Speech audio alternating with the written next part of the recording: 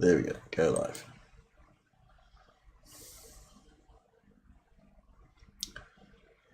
We're live.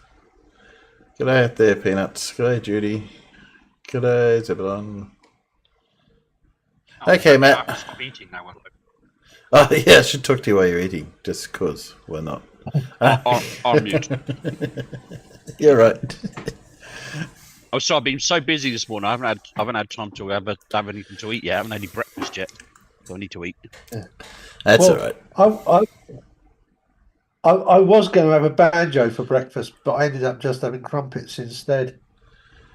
All right. Fair enough. I don't think I had breakfast this morning. Crumpets are good. Yeah, I mean, the crumpets are okay, but Crumpets Go. They're a pain to put in the toaster. Oh, well, I got a good wide throat toaster, and they go in there really well. Yeah, no, that's not the problem. The problem is that my toaster won't cook them all the way through. Even if I set it on maximum, it won't cook them as much as I like them cooked. Oh, okay. How do you like them? I like them with the crust on the top, but still soft in the middle. Yeah. So you need a new toaster, Alan. That's what you need. Look, I've got a 4-slot toaster. I can only use the 2 slots on the right-hand side because if I try and use the 2 slots on the left-hand side, all the power in the house goes off. Okay. Oh, you need your electrics fixed then as well. No. I need a new toaster. Buggered. I had something similar to that actually with our toaster. Yeah. I've got a really good toaster I've had for a long time, but it was a pretty expensive toaster. But I was having a problem that this circuit would go out when we'd seem to have too much on. But I sort of worked out, I think it was the toaster. And I've put just a little surge plug on the end of the toaster, and I haven't had the problem since. It cost me like $8. So maybe that might work for you. I have a feeling the heating element in the left, because I always used to use the left hand side because the toaster's like in a corner in the kitchen. The left hand side is the side that's easier to reach. So the left hand side was the side that was always getting used. So you think that's caused it to go out? Yeah, it burned. It obviously burned out. So of course, the minute you try and switch it on, the RCD goes pop. Okay. Which is of course a damn good thing. But yeah, you have to remember to use the correct slots in the toaster to avoid it going pop. I should just bite the bullet and get a new toaster, but you know. Yes. Okay. That would seem the most logical thing to do, yeah. Oh, yeah. There's Farmers. I'm just seeing if I can get him into the... There we go. I can. Look there. Hi, Farmers. How are you? Hello. If I really want to, I probably can I pick up a movie? I can't do. I can put you over next to Alan because, you know, Matt's eating. You don't want to be sitting next to Matt just a moment. Well, of course Matt's eating. What do you mean? When was the last time I ate on stream? It's all right. Every single one. No, I do not. You lie. You Yes, lie like a hairy egg. We can hear you when you're eating. No, Farmers. Eating on stream. Farmers. I can remember a stream where Matt didn't eat. Really? When was that? Yes. That might have been a New Year's stream. Oh yes, he would. No, he definitely wasn't eating. This is true. That was because I was too busy drinking. Yep. Too busy drinking and passing out. although having said that, here I am criticising you for eating on stream. Have a hobnob. Yeah. Oh, and I might still have the photo. I might still have a screen grab. I got a screen grab and it was brilliant.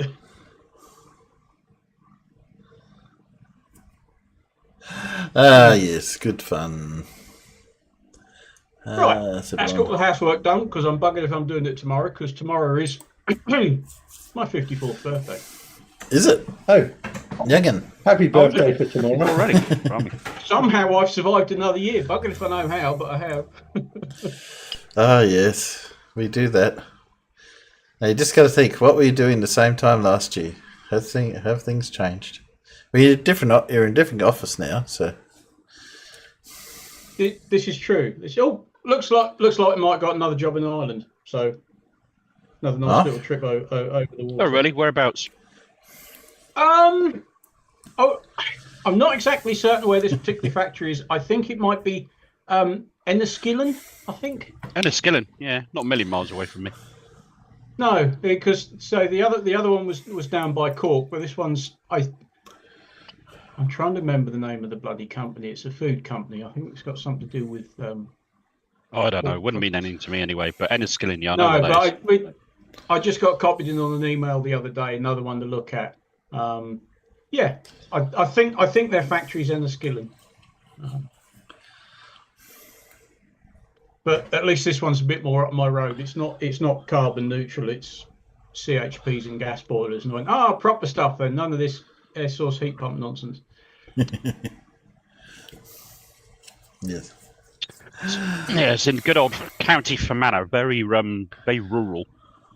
Well, Enniskillen's a town, but I mean it's surrounded. Well, I suppose I'm surrounded by countryside too. But anyway, whatever.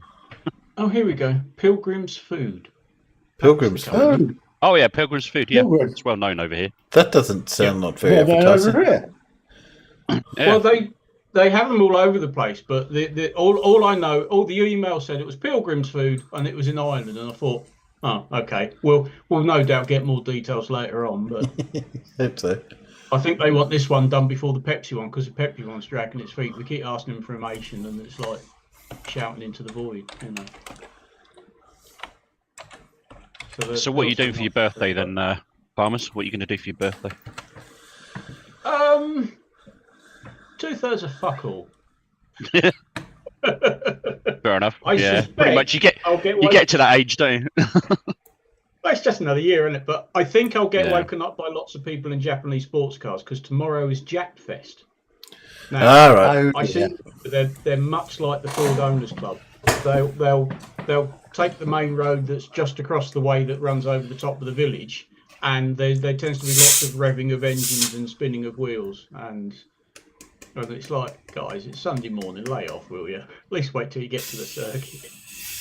Yeah. So after that, Farmers, may I officially apologise to you for my daughter and son-in-law going to Ford Fest? I know they're one of those noisy buggers, aren't they? Yeah, well, yes, in their Mark 6 Fiesta ST150. Yeah, they do tend to get a little bit excited and carried away, and it's like, guys, do you know what time it is? We're all still in bed, you know. We're not as good as you. But that's the downside of living next to the circuit. You have to take the rough with the smooth. Yeah, that's what you got to do. Well, Well, it's like people buy a house next to an airport and they complaining about the noise of the airport.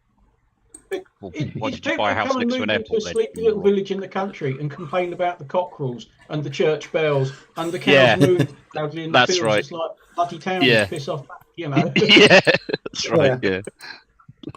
Or the foxes doing fox things. fox things. No, worse than that, hedgehogs.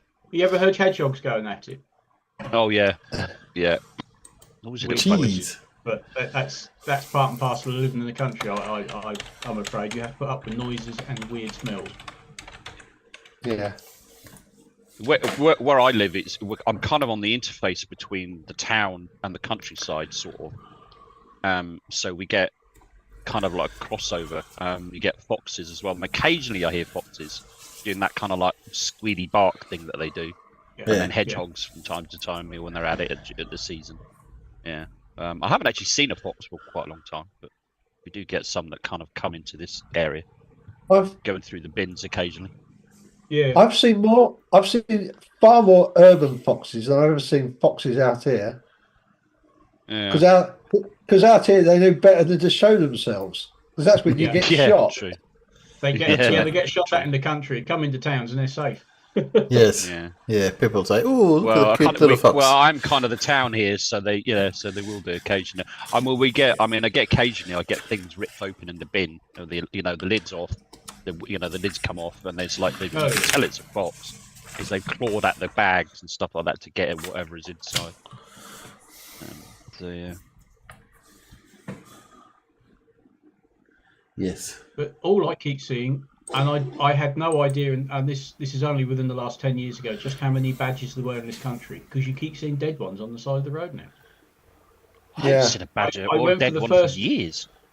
I went for the first 30 or 40 years of my life without having ever seen a badger, and now the buggers are everywhere. I mean, there's no dead one just up the road. They've been there a couple of days. I mean, I see them all the time. We've obviously got so many badgers around here. And now they're spreading like wildfire because farmers, you can't go killing badgers. Well, they spread TB to the cattle. No, you can't go killing badgers. No, you're almost tripping over the damn thing. How about the horse riders getting really cross with you and suing you for having to close the bridle path that runs along the old railway tracks on the top of the embankment? Because the badger set is now so big it's causing some dangerous subsidence. Yeah. That happens. You're meant to maintain the bridleway without disturbing the badgers. Oh, okay. How does that work then? It doesn't. No. You get sued. You get sued and prosecuted by one or the other. Yeah, so you're damned if you do and damned if you don't. So if you leave it alone, Correct. You get sued because you're not maintaining the bridleway. And if you do, then you get sued from the environmental protection laws. So yeah, for disturbing the badgers. Yeah. So it's a case of choosing which one is going to get sued the least. Unfortunately, the horsey people have a lot of money as well. Yeah. Yeah. They have even more money than the ramblers. Answers to brain quiz. One small problem. I saw, Timbo, that you'd put... there it goes. How do I pin what you're displaying? Because in this layout, I can't find anything.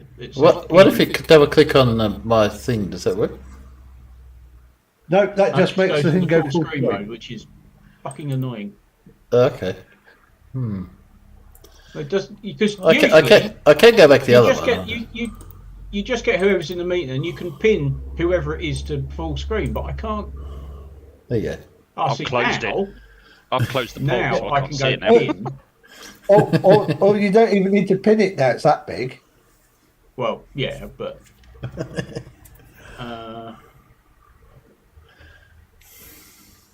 I don't know. It's Saturday morning. Sod that. I can't even see it now. I closed it. It's gone. It's the only option I had. Close it, not pin it or anything. Hang on. You close me. Hang on. You answer the brain quiz. You can go A, B, C, D. Well, I didn't know what the question was. Where's E? No, I see it now. Yeah, where's E? Because I'd like to pick that one. That's right. I wonder if it's E. Just how to be mean. Yeah. It was funny because I was typing in the poll, but the poll only let you have 4 answers. And I got down and thought, how am I going to put E in? And then I thought, I think it'd be more fun not to have E. Oh dear. Let's see how it drag. So you can't see me. Hang on. If I stop video and start video again, can you see me now, Matt? It's blue. Well, yeah, I can see the quiz thing. Yeah. Yeah, no, that's okay. No, that's right. Hey, Blue, how are you going? Hey, Blue. Hey, morning. Morning. Okay. I'm gonna show you. I think this is clickbait. I got on my feed this thing for a pole dancing quartet. Oh yeah. Yeah, so I clicked on it, and it was this. Oh, I seem to have the ability to close your poll because I've actually closed your poll, by the way. That's all right. You can do that. Oh, Yeah, but nobody's voted. It's all 0. Yeah, that's because the answer was E. That wasn't in the poll. Okay. Oh, okay. I know that. So that's not pole dancing. people refused. No, I decided that was a bit of clickbait. Where are the bare naked ladies? Or nearly naked. Oh, Initially, when it started off like this, I thought, oh, they're going to have characters come out and do pole dancing. But no. I thought, yes, that Lego person's decided let's use clickbait to get more views. It's disappointing. He's got more views than I have. He got 29,000 views for that, so that's okay. Yeah, because 29,000 people thought, oh, hello. I said, yes. I must go make a cup of tea because you started early. Yes, okay, you go grab a cup of tea. I'll put on tune. I was surprised to notice you'd already started because I was making a cup of tea. Yes, I did start about 10 minutes early, so I'll put on tune so you can have a cup of tea. Here you go. I've run out of milk, so I can't make a cup of tea. I don't think we're You going can make black coffee. $1 billion will be spent on the April 8th eclipse across North America. More than $1 billion will be spent on the April 8th eclipse across North I just had to say, that's a lot of money to give to NASA to put on this eclipse for us. I know. You better put on a good show, hadn't they? You think, yeah. Maybe next year we don't have an eclipse. Save some money. North America. Well, But how do we know the predict? Sorry, Matt. no. Well, here. I mean, you're lucky enough because here in the UK, well, let's put it this way: neither of us in the UK are going to see another eclipse in our lifetime. Sadly, No. and even my kids will be very old the time we see an eclipse here. Sadly. Yeah. There you go. That's all I want to say. Actually, I think it's the same in the US, isn't it? For a while. Not necessarily a lifetime, but it's a while before the next one. 20 years or so. Could be wrong. Something like that, yeah. No, even longer here in the UK. Even much longer than that. I don't know what you're on about. I have it on good authority from an expert in such things that they happen every month. Oh yeah, every month. Every month, yeah. How come I keep missing it then? Yeah, same here. Blue would know. Blue, when was the first eclipse you saw? Or have you ever? 1985, I think. Okay. And did NASA put on get another whatever $1 billion to put that one on? No, I can't remember who. I think the Democrats did it that time. They paid it. They put in the budget. Oh, it's Democrat eclipse. That wasn't any good then. Yeah. So, did you observe it or just noted it happened at the time? No, I actually was in it, observed it. It was the path of totality was only about 60 miles south of where we lived, and so I took the morning off and went and found a place and stood around and said, "Ooh, wow, that's weird." I think I remember hearing about an eclipse, right? But this is like when I got to be like 6, 7 when I heard about this. And seen on TV, and they talk about, I can use these pinholes to observe the eclipse. You go out the sun. And I went out and I said, I didn't see anything. I sat there for a long time. Now I'm much older. I realised that it was probably not an eclipse that was happening where I was. And it was probably happening in the States. But when you're 7, you don't comprehend some of these things sometimes. I remember being very disappointed that the pinhole camera didn't work. We've just got to hang on, me and Matt. We've just got to hang on until we're 120. Well, that's possible. Oh, is that all? Oh, that's right. Yeah. 23rd of September, 2090 is the next total solar eclipse in the UK. There you go. Hey, well, you've got kids will be old. I'll be 130 something. Guys, I ain't gonna see it. It's not gonna happen. I don't want to live out. Yeah. Thank you very much. 120. I think so. I did travel down to Falmouth in 1999 to see the to see the one we had then, and it got Yeah. cloudy. It got cloudy, and so all that happened was it got very dark. Yeah, same as well. I was at home at the If time, you and find it just yourself went a bit dark. north of Shetland in 2048, you'll see an annular eclipse. That's 11th of June Shetland. 2048, which will be 78. Our next total is in 2200. So.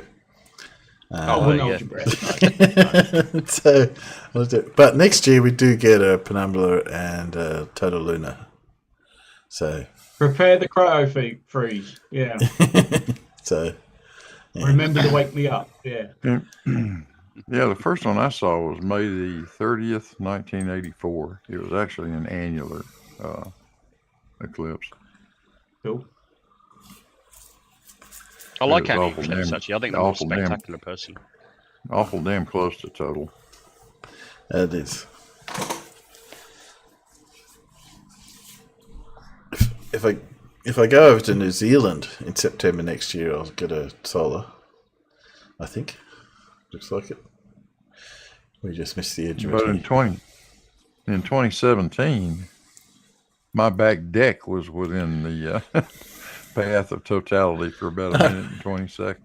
All right. Oh, your deck. Oh, sorry. Yeah, no, not my dick. No.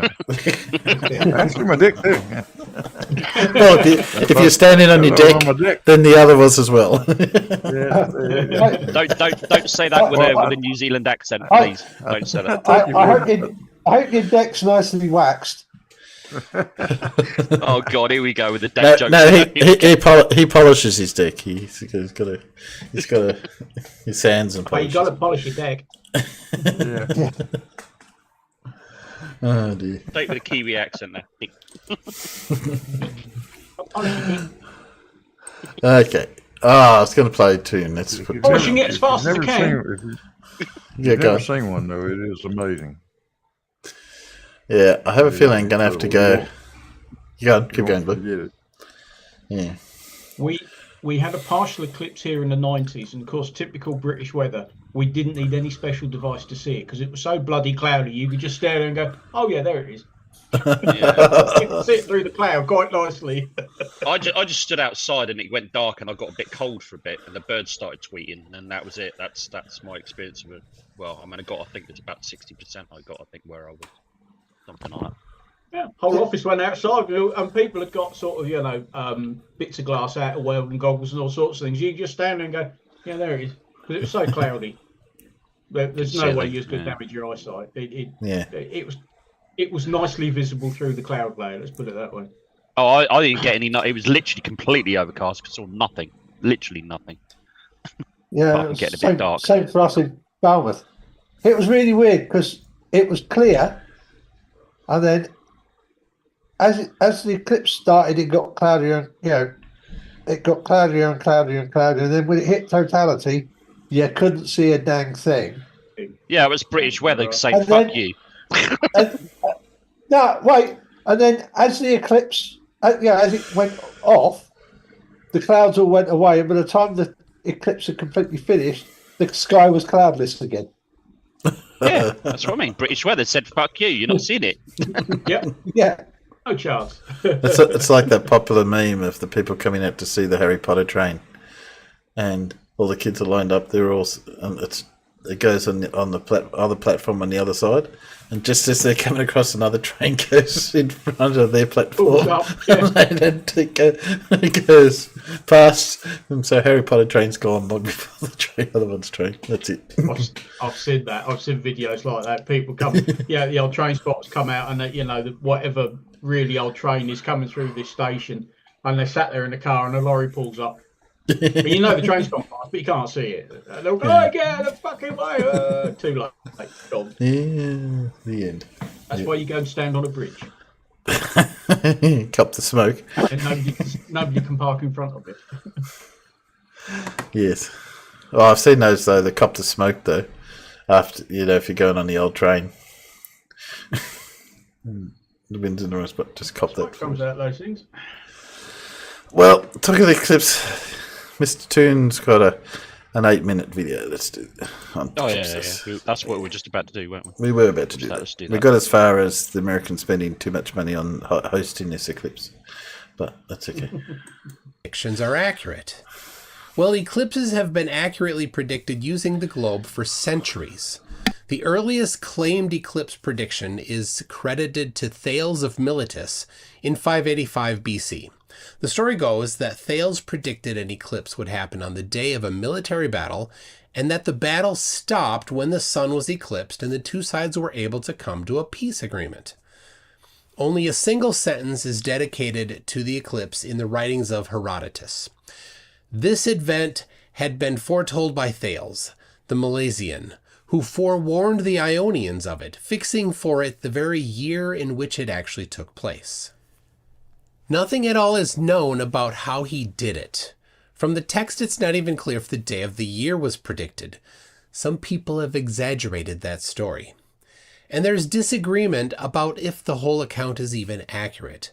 It's well documented that many ancient cultures recognize the repeating cycles that eclipses happen in. The Saros cycle is an approximate 18-year pattern for eclipses. This is not based on geometry, just a recognition that they happen in patterns. Saros cycles predict the day of the solar eclipses, but nothing about the time, location, path of totality, or duration is predicted using Saros cycles. It's possible that Thales used something like this cyclical pattern to predict the day of the eclipse.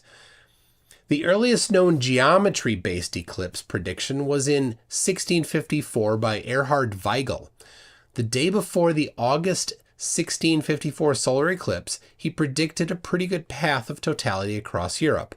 The path prediction was a bit off and the time wasn't predicted, but it was based on the geometry of the globe, the Earth, the Moon, and the Sun in the solar system. But in 1687, everything changed. Newton published his Principia, describing the laws of gravitational attraction, including significant treatment of the movement of the planets and sun in the solar system based on gravity.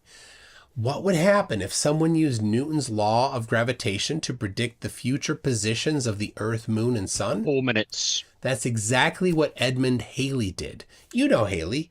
He's got the guy that got the comet named after him. Halley used the law of gravitation to predict the location of the eclipse across England accurately to 4 minutes and the path of totality to within 20 miles. He printed a pamphlet with this prediction on a map. 9 years later, he updated the method he used to more accurately predict the 1724 eclipse. After that, a cottage industry sprang up of eclipse predictions. Many different people were using the law of gravity and the known positions of the Earth, Sun, and Moon in the solar system to accurately predict eclipses. Even a simple thing, like if an eclipse will be a total eclipse or an annular eclipse, requires precise information about the distance between the Earth and the Moon, and the Earth and the Sun, and the sizes of the Moon and the Sun. Today, the time, location, duration, path of totality, amount of totality, and the amount of coverage for eclipses are precisely predicted using the globe and the positions of the Earth, Moon, and Sun in the solar system. These positions are listed in an ephemeris, which is a table that details the trajectory of objects in the solar system. The positions are determined based on an observation, on many observations, and the application of the laws of physics to predict future positions. Fred Espenak has made a catalog of 5,000 years of eclipses. These are available for free on his website, eclipsewise.com. Fred published several books listing eclipse in 10-year segments. I have the 2021 to 2030 book right here. How does Fred predict eclipses? Well, he uses two ephemerides, VSOP 87 and ELP 2000. VSOP 87 tracks the planets Mercury through Venus and has an additional table for the Earth-Moon barycenter. Here's a screenshot of the Fortran program published with the VSOP 87 data package. The positions for the planets are determined for thousands of years. The distance between the Earth and Sun is part of the data needed to determine the totality of an eclipse. The ELP 2000 ephemeris isn't really a table of pre-calculated positions like the other ephemerides. It's actually a set of formulas with input values that output the details of the moon for the date that's input. When predicting eclipses, this allows determination of the amount of totality, the path of totality, the size of the shadow, and the start and end time to the second for any location, and many other factors. The constants that are input into the formulas include the mass of the Earth, Moon and Sun, the distance between the Earth and the Moon, the gravitational constant, the eccentricity of the Moon's orbit, and several other things. Specifically, this ephemeris accurately predicts slight variations in the distance due to the Moon's elliptical orbit. It even includes variations due to tidal forces. ELP 2000 has been implemented in C code and is published on GitHub for free.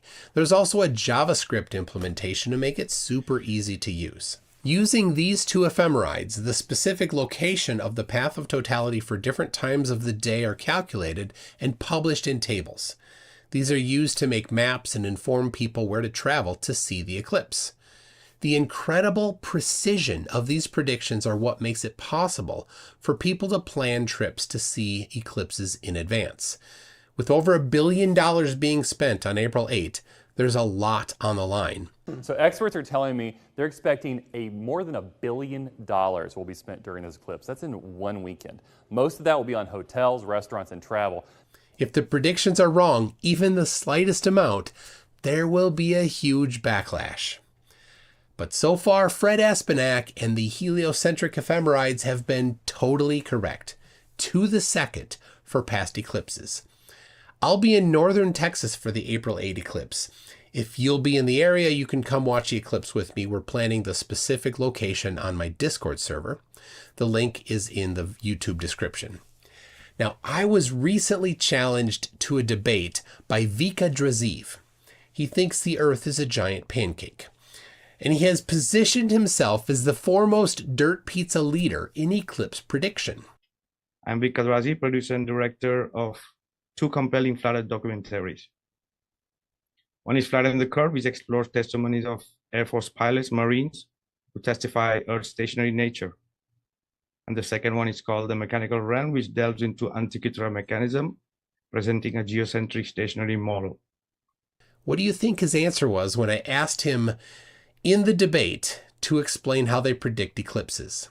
All right, Vika, please show how the path of totality for solar eclipses are predicted using the geocentric stationary level Earth model. For example, April 8th, 2024 is coming up.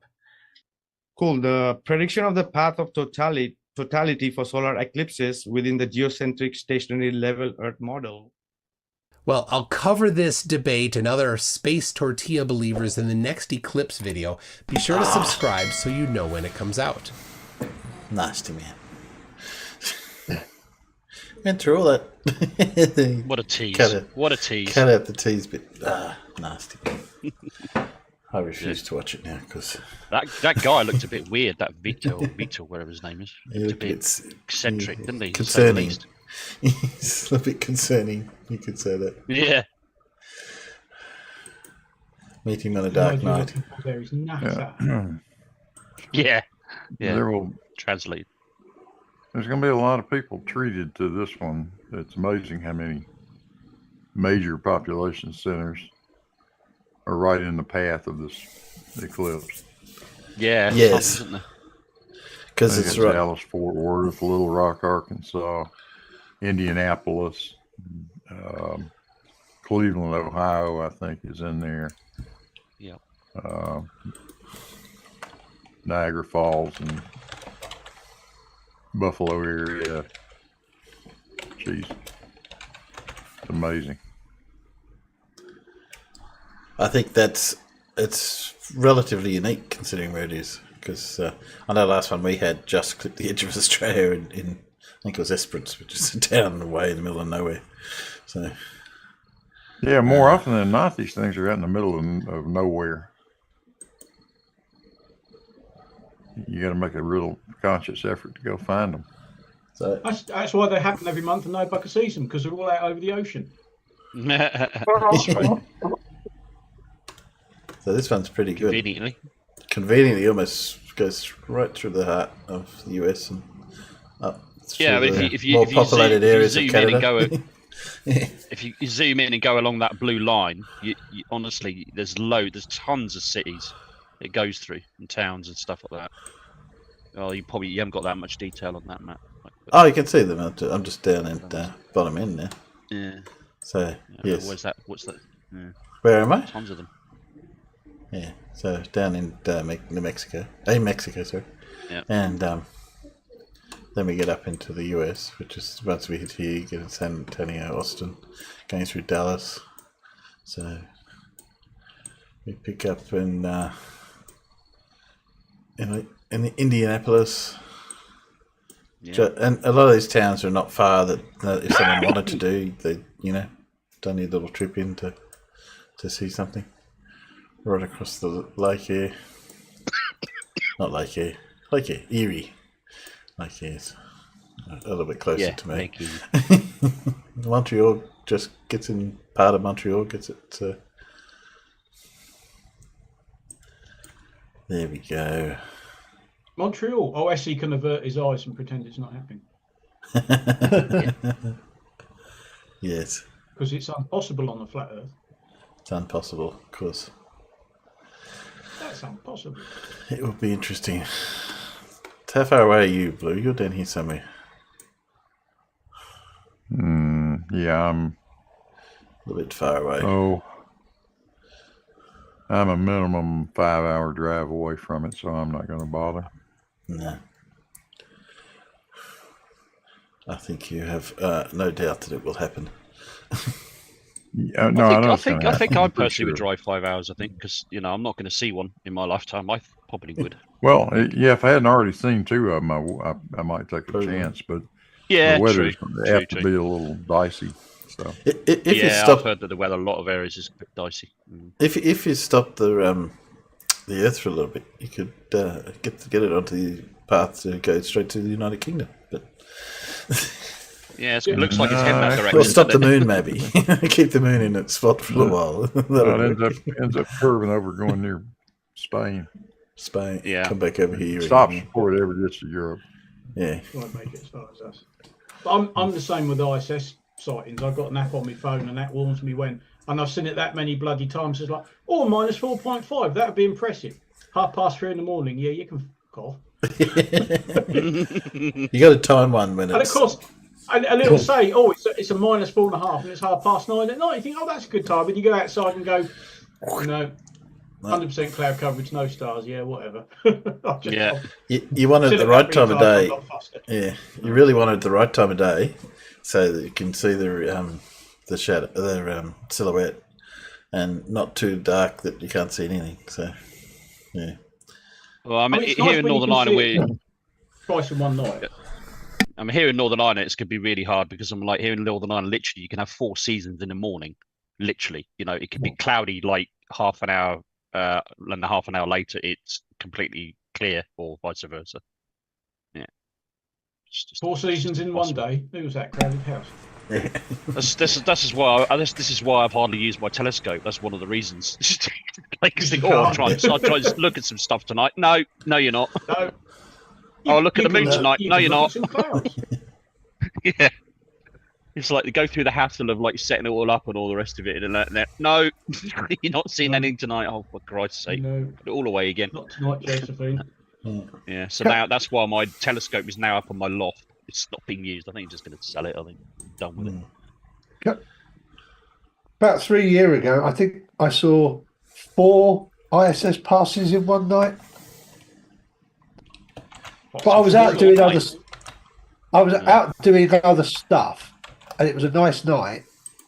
And I did photograph one of the passes, but there were 4 really bright because it was June and the sun is so close to the horizon up here that all the passes are illuminated. Yeah. Dead Kennedy in Space has done a few of those. If you look on his Twitter feed, yeah, he's done a few. Yeah. that you Yeah, probably well, seen I around. generally tend to photograph rather than try and video, but Yeah. Well, I mean, Kevin, he was just doing it with his phone, really. I mean, you can just see a little dot in the sky. That's about the height of it, really. But still, it's still predicted, though, isn't it? So it's funny how yeah, these I things mean, can be predicted. given that I'm only using a telephoto lens, not a telescope, I'm quite pleased that I've got enough detail on it that you can see the body and the solar panels, really. Yeah, absolutely. Absolutely. Yeah. Oh, well, I've been doing my due diligence and I did some research for Flat Earth. I came across Arwen's channel and I thought I'd play a bit of his just to see what he had to say. So, this is what I got. What treat have you got for us now?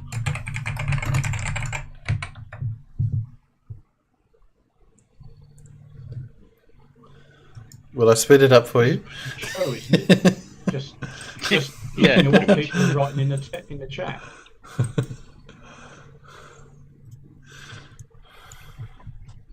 Got a lot to say then. And he wonders why he's got no viewers and he doesn't make any money. I mean, how enthralling is this? Just look at his dodgy comb over. And I think I skipped through for a while. Still going.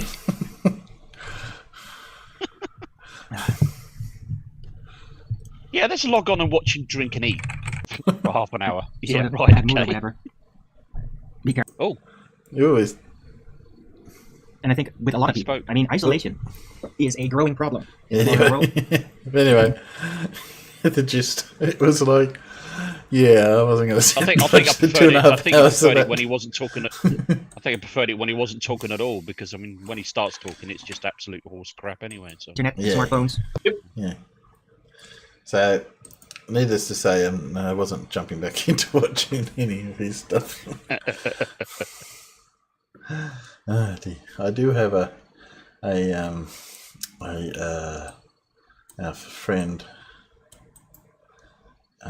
Lindsay. Go on, say his name. Say his name. Lindsay. say it 3 times. Welcome everybody. Welcome to the Tomb of Illumination. That's the guy. So I got to give you the. Welcome to the middle agent. Oh no! I accidentally deleted my link to the Lindsay Bingo. Oh no! At that speed, he sounds like the sort of person that does these radio ads and they have to read out all the terms and conditions at the end. Oh yeah. Whereas all they have to say is go to the website. All right. No, we don't. Well, I think that's a bit of a. this doesn't apply in Northern Ireland. You can't do this in. You won't be able to do that here. Blah, blah, blah. This is applied to this and that applies to that. All you need to say is see the website. It's a bit famous that the US is like that, right? Having the ads for prescription drugs.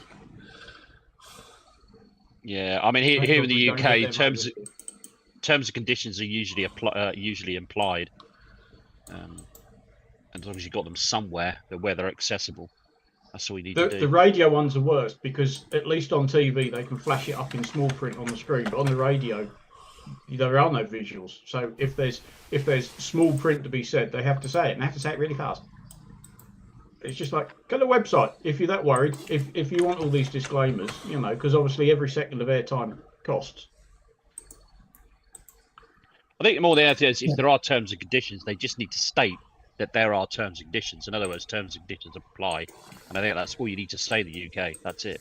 Yeah. And as long as they're accessible somewhere like a website or printed material, that's it. That's all you need to do. Right, we don't have to make like sports pundits and fill in for dead air because Clive Wells is here now. Yes, we see Clive is here now. Oh yeah. Which is good to see, Clive. It does. I think Sports it wasn't pundit, Clive one that of the turned up most- last week, and I was just finished. Oh yeah, one of the most useless and pointless jobs in existence. Sports pundits. Yeah. Let's talk about what might happen, or let's talk about what you've just seen happen. I just watched it. And Oh, he must why score. He is must it score. No, he that- didn't score. And why is it that the BBC is paying a already very rich ex-footballer an obscene amount of money to talk about crap? Well, they've got to be good at Okay. doing it, though. They've got to be good at it, though. Come on. Well, as Farmer says, they just talk about stuff that we already know. Yeah, but like doing this. some of them can't do it, though. Channel 4 show the highlights of every Formula 1 race because they lost the rights to Sky. Like, Sky's just got the clout to buy everything up. But when they show their highlights, you will get at least half an hour of shit before they actually show the race. And it's like, I just want to show the race. I just want to see the race. I don't want to listen to you like talking about what might happen and some interview with some boxy driver. Just show the bloody race. So I even have to record the highlights so I can fast forward through all the crap. Like, I don't care. I want to watch the race. Sports pundits, pointless. Speaking of pointless, let's do a Lindsay bingo. Yay! So you should have a link. Yeah. What's wrong with you? What do you mean, yay? Shut up. Yay! Yeah, it's more like it. The more people that play bingo, the better the odds are that someone calls it midway through. Before we start, can I just highlight black hole because we all know he's going to say that anyway. No, he doesn't always say that though. No, he doesn't. No. Doesn't he? No. There have been occasions where he's not said it. Really? Yeah. So don't try and get one step ahead. That's cheating. Yeah, that's right. Yeah, I know. I'm trying my best to cheat. I mean, I've tried best not to cheat. Sorry. I mean, you know what I mean. You could cheat. I could think of a way to cheat if you wanted to. I could think of a way to cheat. Yeah. How would you cheat? No, because I asked to see your card. You see, if you say bingo, I want to know that you got to post your link so I can check your card, right? But it occurred to me there's a way you could cheat. But I'm not going to tell you. I'm sure someone will take it up. Well, you're saying that I probably haven't worked it out already. Is that what you're saying, that I'm not capable of working it out? Well, how would you cheat that you think you could get past me? Just lie. Yeah, but I would just ask to see your card. Well, you can see my card. It's fine. Yeah, but it won't have bingo on it. Yes, it will. No, because we keep track of which words get put up. Can you? Yeah. Can you remember every single word that you said or hasn't said? Well, we'll know if it was said. Sure. Yeah. We can always go back and check. No, there's another way for. Or it's quite simple. Or I could just pull up the video that you've already got and do it in advance. I don't know. Yeah, but then you got to try and generate the card that has all those words in it. Anyway, that's why I keep. Yeah. Oh, then Judy's already got bingo. Okay, Judy, show me your card. Sorry, I want to see your card, Judy. It occurred to me there's a way you could cheat if I was that sort of person, and you wouldn't. It'd be really hard to tell. Anyway, see if you can work it out. Let's play. I've got subtitles on. Welcome everybody. Welcome to the Tomb of Illumination. This video's in regards to a few things. Mainly, you see it myself. No, can't see it. No, that way I can cheat. I can see it. I know we don't really want to see it, but you know. Well, it is handy because I've got the subtitles on. It's really handy when you're trying to pick the words out. So yeah. There's out there wondering why the shadow goes in the opposite direction to the sun. The shadow goes east instead of going west with all the other celestial bodies. It's been on the internet, been on YouTube for more than 4 years. You have to go and look at my site. Why is no one sharing my site? Why is no one understanding it? It's not that bad. Not that hard to understand. I draw all the pretty pictures for everyone to understand. So why is no one sharing it? Why are they always coming back to me? Search out my videos. So a few things today. One was all these ridiculous sites on YouTube and people are following them. Stationary sun in March and September. Well, that's true because I've spoken about that a lot of times, haven't I? It's not the equinox. We think it's the equinox. It's prior to the equinox, when the sun is crossing in the analemma. That is when everything is sitting dead level. So the 6th of September and maybe thereabouts in March, where the sun does not move in declination. Okay? Possibly not the moon either, but I haven't looked into that yet. So you've got It does move. We've got the 5 holy days, But okay. right? We've spoken about that before. 5 holy days. In a year, there's only 5 holy days. So you can consider those 5 holy days is when the moon can give birth, right? Spiritual birth. Any one of those 5 days is a celestial alignment when man on earth can gain his second birth, his spiritual awakening. And it's to do with the solar eclipses. And in particular, well, the most divine one is this time of the year when the sun crosses its analemma. I like how he The puts sun it will out be on the piece of paper. not where moving it's in holding, you declination can't see. into either hemisphere for the seasonal change for 2.5 days on each side. Okay? Was that southern That's hemisphere? the other one. Now, it's understanding the shadowing, okay? Shadowing. So let's go back a bit here. I'll put this up on the board. Let's see what I'm doing. Do this like to start with, okay? So here we have the sun's analemma. Okay? We have the northern hemisphere, we have the southern hemisphere. Star rotations, okay? Star rotations, if you know anything about time lapse or star trail photography, okay? Bit oblong. So the southern hemisphere, and you have one in the northern hemisphere. You have to have one on the equator. But okay. That's how it works, I okay? was going to say, where's there Now a the gap? special gap between here, okay, always represents Pisces. Just look at it. This is the most divine story in religion.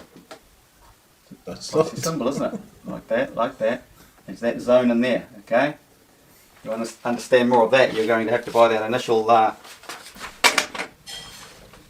Floodgates video of mine. We're expanding on that, and if you don't know the foundation, you'll find it hard to understand all this stuff. Okay, so you've got to understand the two That's separate rotations. Oh, right. Here, I just thought it was just rubbish. Yeah. So it's understanding these two rotations to start to understand why one solar eclipse goes this way and the other one goes that way. Okay? This magic zone always represents Pisces. Okay? Solar eclipse cross. Solar eclipse cross this way and this way. Now, Why can't you say tropical gap or celestial gap? Yeah. I don't know that. So let's go back a little bit to Christianity, why they have the cross. Why the cross? Why the cross? Because the whole book is about physics. Okay? You need to understand the physics of Earth, the flat Earth system, to understand religion. Because it's easier than nailing Most a people are black just to a blind pan. and they just follow like blind mice. Go to the churches and listen to whatever they revel off, literally out of the book, and the preachers and his personal interpretation, no doubt. Well, here we have the ecliptic Well, plane. it's your personal Okay? interpretation. The ecliptic Oh, plane. ecliptic plane. Do you have ecliptic plane? How often have we seen the snake in here? Or the snake like that? Never. Plenty of times. Because that's representing the 3D projection from the 2D plane. What? Okay? That is our realm. We're from in here. Oh, Okay. like anything like It's each a other. magical place Okay. because it doesn't really exist. It's all in here. How do I explain that to people? Dad. Why does it stick up like Yeah. this? Why does it stick up like that? I'll show you why it sticks up like that. Predictions of It Doddle. sticks up like that because the ecliptic plane goes like this. Wrote that down. So why would it stick up? Yeah. Why would it stick up? And we're walking around the front yard. It's my tenant. Oh, in there. The ecliptic plane flaps like this because this 2D plane here is the ecliptic plane, up and down. Okay, this is up for the northern hemisphere. So above this point is the northern hemisphere. Northern hemisphere. Season, summer. Okay, and below here. Put the arrow that way. Below here is the southern hemisphere. Summer. What? Okay. So there's all these different factors, different representations to understand within our dual existence. There's lots of dualities. Duality. I There. got one. There. There. Oh, yeah. It's everywhere. Northern Hemisphere. Southern Hemisphere. Now, See what was I've drawn this beneath. plenty of Please times see too. what was What is beneath. this? No, it's not the blob. Or a big turd. That represents the magnetic flux of a yearly cycle of our flat Earth. Flux. So good at that. It's the equator, say. Pops up here to the one-eyed monster up to the north, and pops out here to the south. Now, has anybody seen anything like that in ancient Egypt? This sort of symbol anywhere? Now you know what it means. Yellow No. So the sun, the flux of the Earth will pop out, and it will illuminate the southern hemisphere. Okay. All these points here are represented. We'll have to draw that picture, don't I? Oh, no. Rub this You off. don't have to, but You've got a graph for that one. But don't put yourself out for us. No. Please.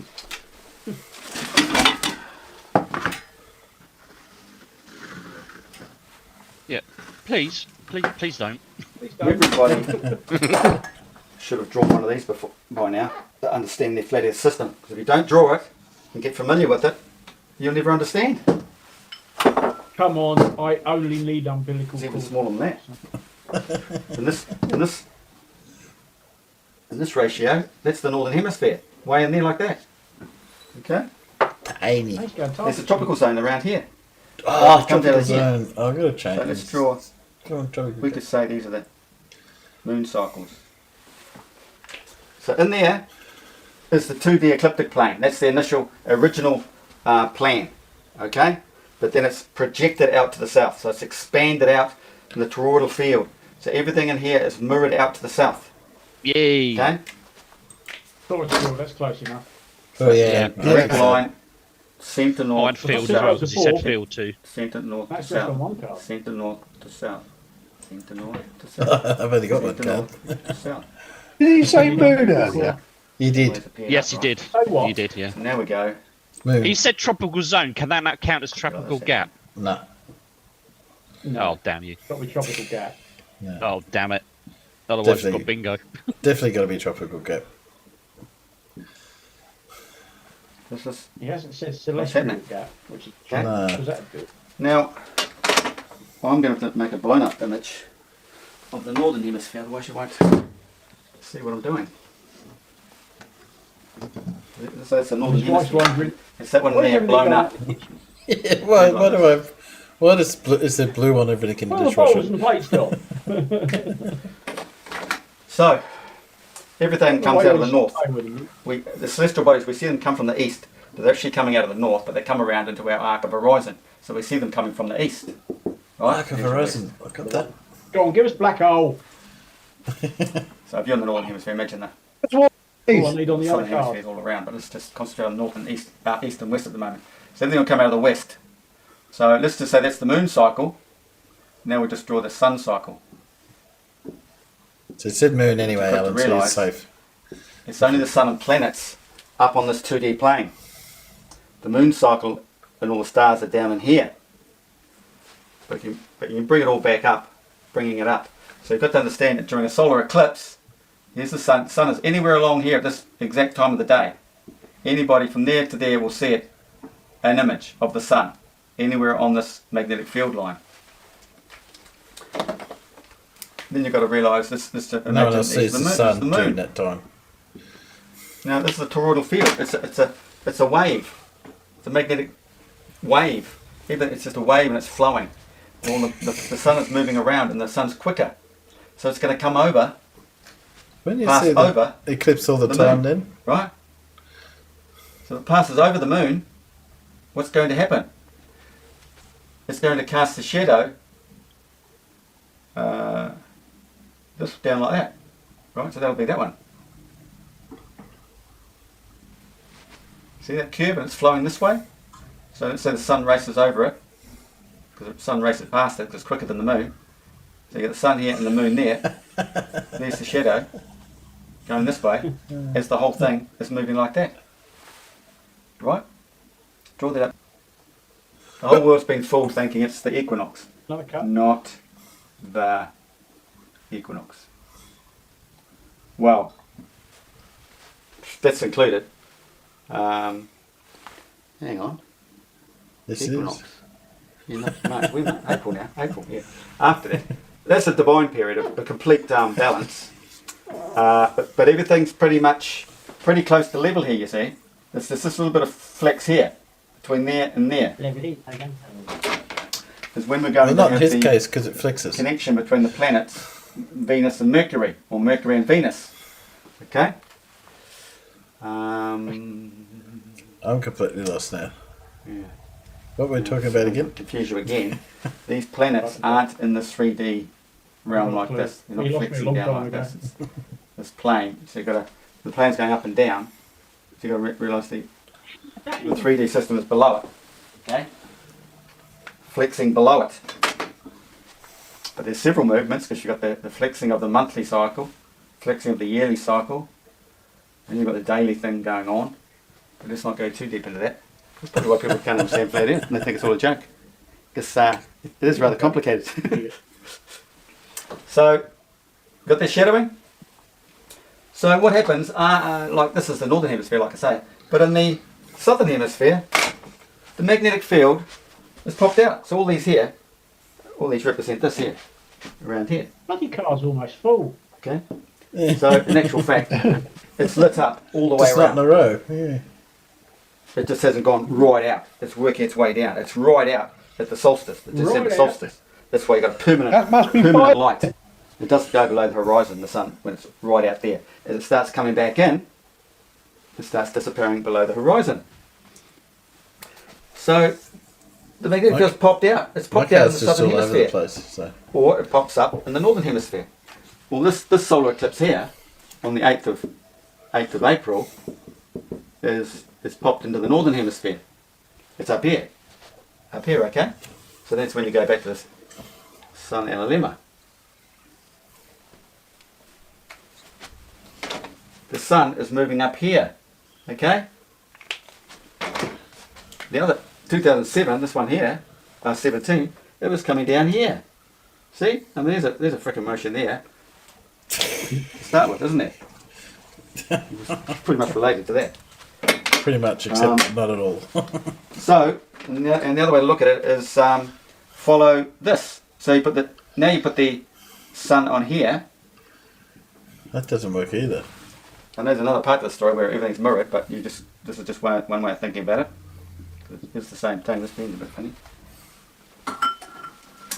And everything comes out of here because it's the same as the north. It's just mirrored. Straight out there on a bit meridian. lucky, There's a mate, meridian from north to south. Every man will see an image, and that will be his line of the image on a meridian. They're all over the place. They're infinite. So obviously the moon comes out of here too, in this ecliptic plane, in this sort of setup. So let's just draw the moon over here. There's the moon all the way around this day. So why don't we have eclipses all the time? When this wave, because it's all a wave moving around, moves over the moon here, what happens? Okay? What happens? It starts going this way. You get the shadow going like that. Okay? No. No? That's it. Hi, Paul. How are you? Oh, I wasn't Good. Oh, you timed that well. Didn't I? That's a bit abrupt ending. I would have taken umbilical cord, black hole, or celestial gap. Yes. I was not even close to anything, I don't think. I had a few spots all over the place. I just needed And tropical Matt, gap. That would have been and good. did you notice, Matt, no black hole? See, if you had put black hole Yeah, in I know. I could do better than that, look.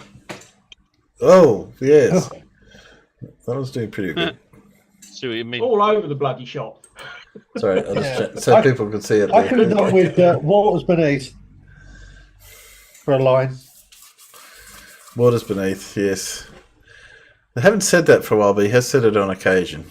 So, yeah. But, yes, just needed knowledge. Yes, He used to, shut it on. he used to say it a lot, but Yeah, you know, say it all the bloody time. Yeah. Maybe you got to pay for the Patreon version to get him to say that.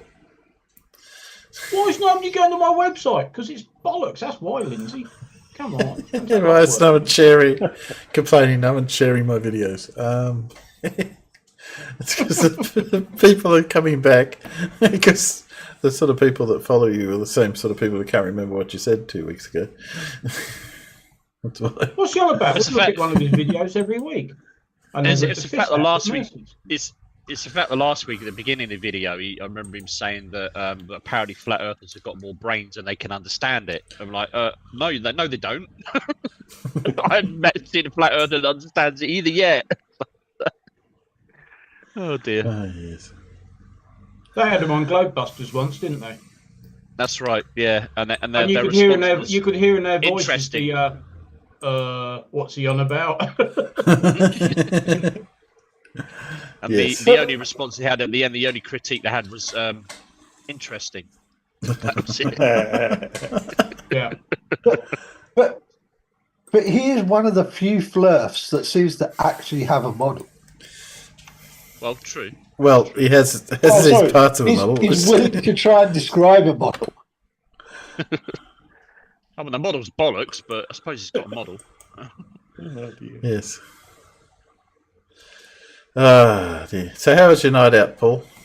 Yeah, good. Excellent meal at the pub tonight. Most people had palmies. All right. I had this little plate with a big palmer on it, right? Yeah. And I ordered a crispy pork belly. All right. And it was delicious. Nice. But it came on this huge plate, and then there was just this like mashed pumpkin with this pork belly on top, and nothing else around it. It was weird, but it was delicious. Yeah. I've had restaurants like that. You go group and you order things all around about the same price, and yours comes out this little thing. Yeah. And then somebody else next to you ordered something cheaper and it's got this huge plate and more meal. You think, It's 3 times I'm the going amount out for of a meal. food on the plate, and you're thinking, hang on a minute. Yeah, exactly. I'm going out for a meal tonight as well. It's me and my missus' anniversary. 9 years we've been together, so we're going out for a meal Oh, well tonight. done. oh, good. 9 years. God, is it that long? We nearly made Joyous 10. years. What, all of them? All of them? Or just some of them? Well, he's still there. Yeah. They're Yeah, we need 10, but there you go. I had a snitty on Friday for a takeaway, but I had a ham and pineapple snitty with so it wasn't too bad. So they Oh, yeah. it was good. It was yummy. Ham and pineapple or what? Yeah, So what? they did a snitty like chicken schnitzel, right? Snitty. Yeah. Oh, And- schnitty. It was Right, so it's crumbed and everything, Yes. and then they laid ham on top of that and cheese, and then put pineapple on top of the cheese. It was good. I quite liked it. But I'll eat ham and pineapple pizza. So if you're not a fan of ham and pineapple pizza, you wouldn't like this. no. No. Pineapple does not belong on pizza. No. It doesn't belong. But it was good. I would. I love recommend pineapple, but just not on other things. Pineapple. I love pineapple. I like pineapple eating on its own. It's delicious, but just not with savoury stuff, especially cheese or ham or schnitzels. it. Schnitzels. I found that Leo was talking about blue. Was he? Yeah, see, NASA's blue marble. What? Yeah. Oh, That blue marble. Clickbait. Clickbait. Clickbait. There's total confusion about blue marble, what blue marble is and isn't, and all the rest of it. They keep saying that blue marble is every photo of the Earth. Apparently, they're saying is blue marble. Yeah, nah. As far as I'm concerned, there's only one. there's That's one. the original one. The Yeah. original. The original. The 1972 photo. That's the blue marble. Same. Yeah. Same. Yeah, That I whole agree. thing that Apple did, and where he had to sort of splice everything. No, it's not. No, the blue marble is 1972. As far as I'm concerned. Everything else is a pale imitation. That's right. Okay. Anyway, so here you go. This is Leo. 5 and a bit minutes. Oh, it's Leo, is it? Leo. Yeah, unfortunately. I'll put the subs on just for those that make it easier. Yeah. Since I did the NASA's Blue Marble and the Land That Time Forgot video. And interestingly enough, no one has addressed that video. No one at all. No. And I want to show you why, because it gets worse. If you've not seen that video, definitely check it out first, where essentially an NBC article cites the NASA's Blue Marble. The problem is, in that shot, the Red Sea has a mysterious landmass cutting straight through the middle of it. And bizarrely enough, we have a body of water appear to the left of the Red Sea. Very strange. Now that brings me to this article, the Blue Marble Shot, our first complete photograph of Earth. We scroll down and we get the same very strange landmass appearing to cut through the Red Sea. But what's great about this article, No, you don't. we actually get the photograph number from NASA's database. Here we go. In the NASA archive, its formal designation is AS17148-22727, but it's commonly known as the Blue Marble Shot. So in this article, we've got the citation, or we've got the actual photograph number. Now, what makes this very strange is when you go to NASA's website. It's not the same. We've got a different photograph. That's not the Blue Marble photo. That's because that's not the Blue Marble The Red photo. Sea No, it's not. hasn't got No. any landmass blocking it. Bear with me. It's too And blue. this is what you get when you type in that image Yes. number. Well, it's that been photograph enhanced, isn't it? number. So is I'll that one. show you. Here it is. AS17148-22727. You should also be able to see a bit of. I think it's And the the Red Sea is the correct. third stage. Yeah. So what's going on? Oh, I should My also add, version's got that. when you type in Blue Marble Shot into Google, 99 out of 100 will be this. So what is actually going on? Where have these Because there's dodgy total confusion as offensive to what Blue Marble shots is. that That's have why. come from It's NASA? not the same shot. That's why. Simple. We've got No. official photograph, basically official numbers for the photograph in question, the Blue Marble. And some article But used when the you go wrong to one. the website, it's a different Blue Marble. So That's did NASA Not NASA's clear up? website. Like journalists never get it wrong, right? Most of Yeah, the- of course, they never Oh, get no, it Blue wrong. Marble that gave the game away with the Red Sea with the landmass, and the NBC article and a few others like this, the Atlantic article we looked at just now, kind of escaped that. Using the and wrong image. Yeah. As a result of that, they're kind of sticking out like a sore thumb. I mean, what's going on here? Obviously, we know the globe Earth's ridiculous. Science is, there's no scientific demonstrations, no practicality, just stargazing fantasy. So we know the globe is ridiculous based on things we can test and verify for ourselves.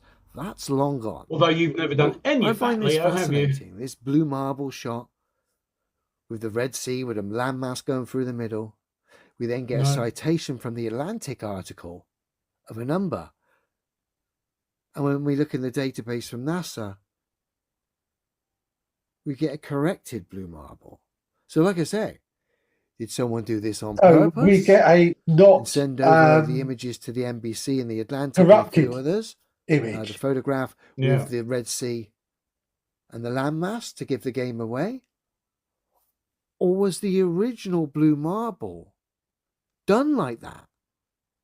With the landmass. Let me go back to it. 2 secs. Yeah. I don't even There's know what people- landmass The he's talking original about. What That landmass? was out This- there this for one many through here. years, just mocking everyone. Mm.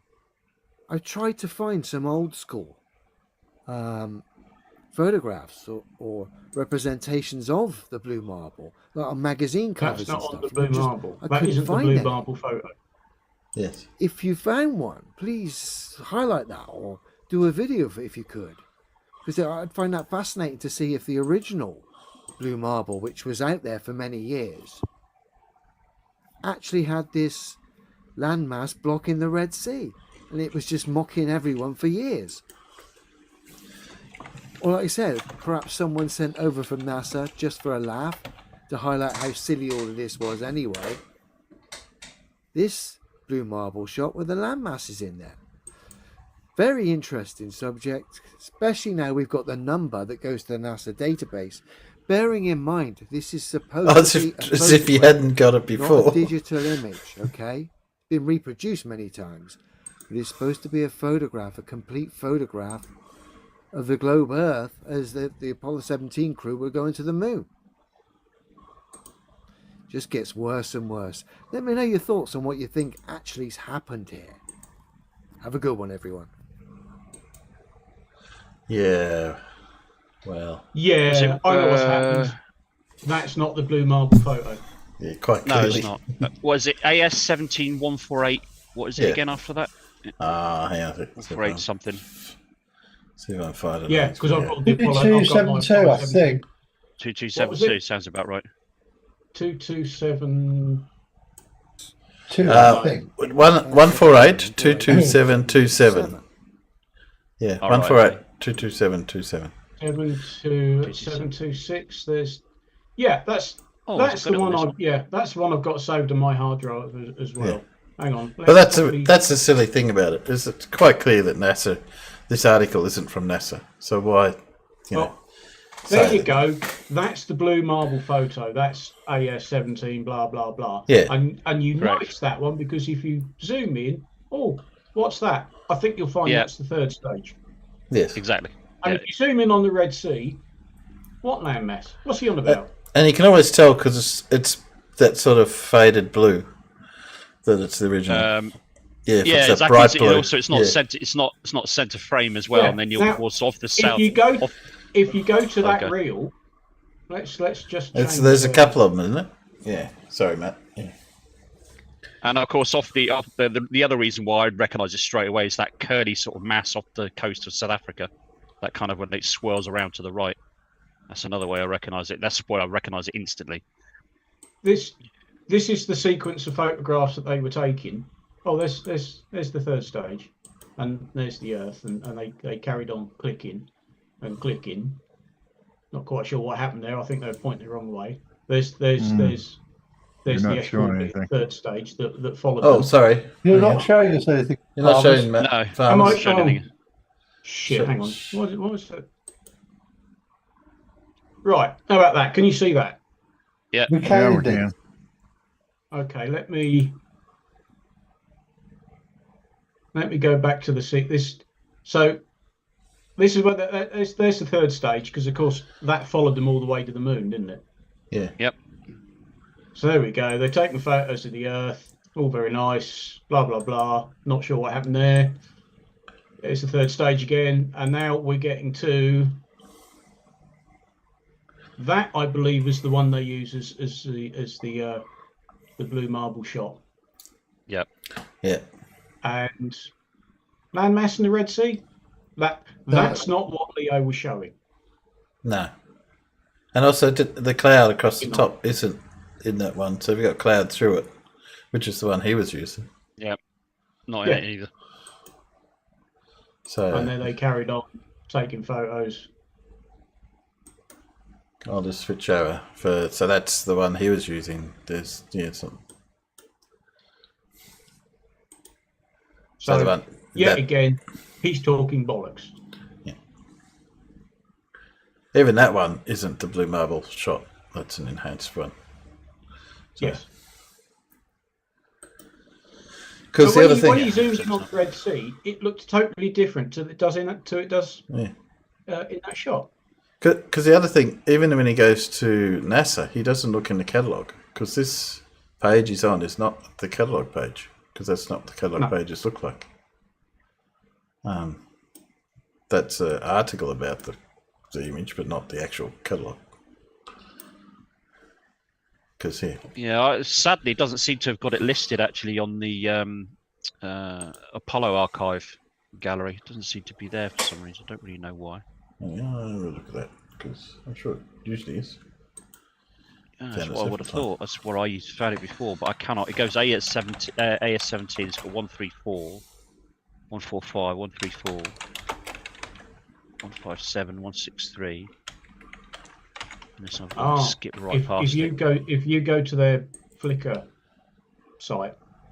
Yeah, that might be better, wouldn't it? I just usually use this source. That's all. It's usually pretty reliable. I downloaded all of their Apollo files, and Apollo 17 has 3,684 items in it. Mm. So take some scrolling through to find the right photo. Oh, here you go. I think I might have found it.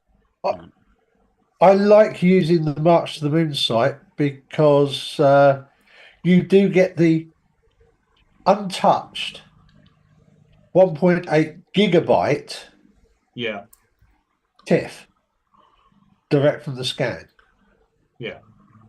With the sprocket holes included, and you can also see a little bit of each of the two frames either side of it. So you can see it's a real film, isn't it? Yeah, and because you can go through frame by frame, you can literally see that it's a continuous reel of film. Yeah. I mean, they even very conveniently include the test shots they put at the end with the color targets and stuff on it. Yeah, well, they've got that. In theory, you could properly color correct it because we know exactly what colors are on the color charts. One of these. One of them, yeah. Yeah, one of them. Yep. Now that's also why they had that tripod thing on the moon surface with the gradiated colours on it, what they call it, the gnomon. So that when you took a photo of that and they were developing the photos, they knew what the colour balance was. Yeah. They thought of all of this, didn't they? Thought of a lot of things, Indeed. yeah. Well, also the other misunderstanding is they actually went, they did some experiments before. They didn't just get up one day and say, okay, let's stick a rocket on and fly to the moon, They tested things out, they tried stuff. Not only the that landed men, but it weren't the first Apollo, was it? They had a few goes at it. Yeah, you got the orbiters, you got the impactors, you got the landers. The NASA did it 5 times with the Pandaman landers, didn't they? I think 5 times. Mike's got it. Yeah. Could I just address a question that Shadow Falcon's asked? Yeah, how raw is a TIFF file? A TIFF file isn't actually raw because a scanner doesn't really have a raw mode. No. However, the TIFF files that are on the March to the Moon site are 16 bits per pixel per color channel. Because the original is a negative, unlike the original is not a negative; it's a transparency. Yeah. So it's a color positive on the film. Oh, okay. So it's a negative. Sorry, yes, but it's film as opposed to being. It's not a negative because it's designed for projection. But extra chrome. It was extra chrome. Yeah. Yes, right. It was extra chrome.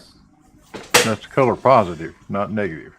Yeah, that's what Alan was saying. Yeah, that's where I was saying by negative, meaning I was saying as opposed to it was film, but it was not negative. So yeah, it's a slide. You can literally load it in a slide projector and look at it. Yeah, I did actually used to develop my own Ektachrome slides. Yeah, because unlike Kodachrome, it's not process paid, so might as well do it yourself. Yeah. Yep. Well, so here's g'day Terry, how you going, mate? Hello, Terry. Terry, if you want to come in, Terry, I'll post you a Zoom in into your DM. Give me a minute. While I do that, I'm going to inflict something on you guys. Hiya, piece of shit!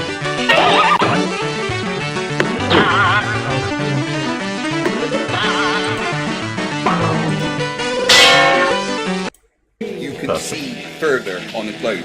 You can. Yeah, put this in context. Got started about there.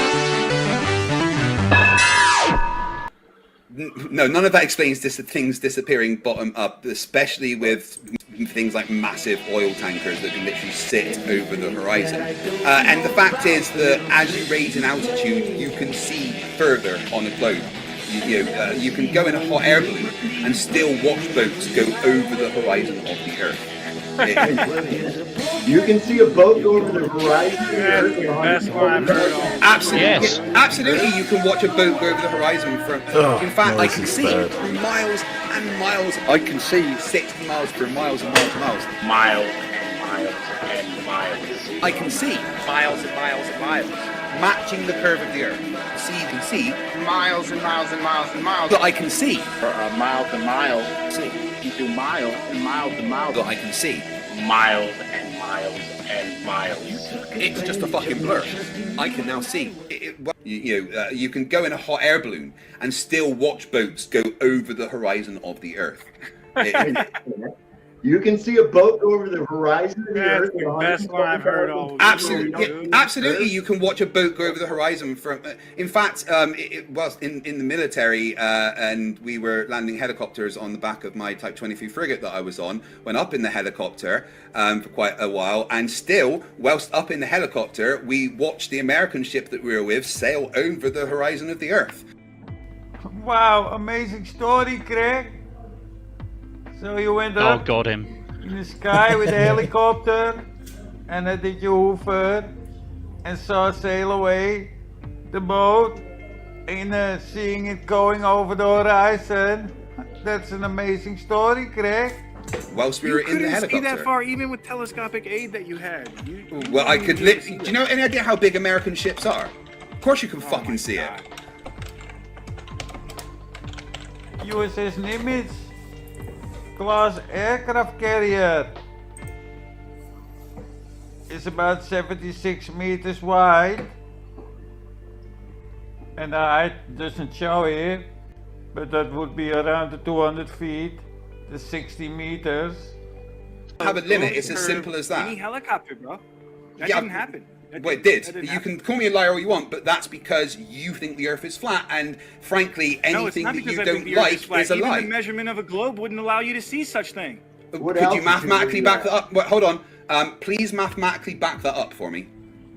What altitude were you at? Wait, Dave, hold on. I've just been asked. I've just been told. Yeah, I've just been told specifically that you would not be able to see a boat go over the horizon from a helicopter. Let's say. Nobody said that. It doesn't go over it. Dave, you need to shut up because you're just wrong. You wouldn't be able to see it. You wouldn't, Right. no matter where you were, you wouldn't be able to see Right, the so boat. I was probably about, I don't know, maybe 700 meters up. So you went 700 meters up and stayed there for a while and saw this carrier go over the horizon. Huh. could you please provide the maths to back up your claim that I would not be able to see a boat go over the horizon? I'm telling you, I'm asking you how high up you were first. I'd need to I know. just told And you then about secondly- 700 meters. Hold on. And then secondly, I'd need to know, were you using telescopic aid? I just asked you. No, I just looked at it. Craig must have a bionic eye. Jeez. You have some good eyes, Craig. The world's first bionic man. So no, you wouldn't be able to see it. You think that You're telling could me that see- I would not be able to see an American carrier go over the curve of the Earth with my naked eye? No, you wouldn't. Absolutely fucking can. It's very You easy. can watch it disappear. I don't give a fuck how high you go. Your naked eye is not going to watch anything disappear over any curve. It's really not that hard to see an American carrier go over the curve of the Earth. You have said specifically that at 700 meters, with the naked eye, I would not be able to see an American carrier go over the curve of the Earth. Can It's you just a please? guess, Craig. Can you please back that up mathematically? No, I can't. Right this second. Right, do I so have my therefore, calculator you out? calling me a liar because you've made a guess makes you a fucking asshole. Right? Don't call me a liar if you can't back it up. Please provide the maths The maths. You want the maths? Why don't you do the math yourself? So you went up 700 meters. Because he's. This is not the math. And the distance to the horizon is 94.5 kilometers, Craig. Yeah. And now that we know that, we can calculate the angular size of that ship. After 94.5 kilometers, let's say 95 kilometers. Dumb ass. The human eye can resolve an angular size of 0.017 degrees. And that is when you use perfect settings, of course. Not when you look through 95 kilometers of atmosphere on the ocean. This guy's an idiot. So you went up 700 meters. Did you hover and saw that boat go over the horizon? That would have taken a couple of hours, Craig. 95 kilometers. With a speed of 25 knots, it would have taken like 2 hours, Craig. Did you stay up for 2 hours? Went up in the helicopter for quite a while, and still, whilst up in the helicopter, we watched the American ship that we were with sail over the horizon of the Earth. Yeah, but that aircraft carrier could have been some distance away from me when he started that flight anyway. So that makes no sense. He's assuming that it was right next to him. The helicopter also might well have been flying away from the ship at the same time. Right. Because, motion is relative. It doesn't matter if the helicopter moves or whether the ship moves. Or whether they both move. What did he say the angular size of the carrier would be? 0.018, I think. Yeah, he's wrong. Yeah. At 95 kilometres, a Nimitz-class aircraft carrier at 332 metres long has an angular size of 0.2 degrees. Yeah, I think he's arguing that you're looking at the back of the ship at 75 metres. So... And was the height of it at 60 meters, including the towers and masts and all the rest of it as well? I'm not convinced. Well, no, they're not quite that tall. But the thing is, if you're trying to look at an aircraft carrier from a distance, you want to be looking at it side on because it's so bloody big. Yeah, you can see these things from a fair distance. I've seen one when I was down at Naval Base back in the 90s. There was one of these types of carriers sort of parked out to sea, and it was like, look at the fucking size of that. They're massive. So, where were we? About here somewhere. Up in the helicopter, we watched the American ship that we were with sail over the horizon of the Earth.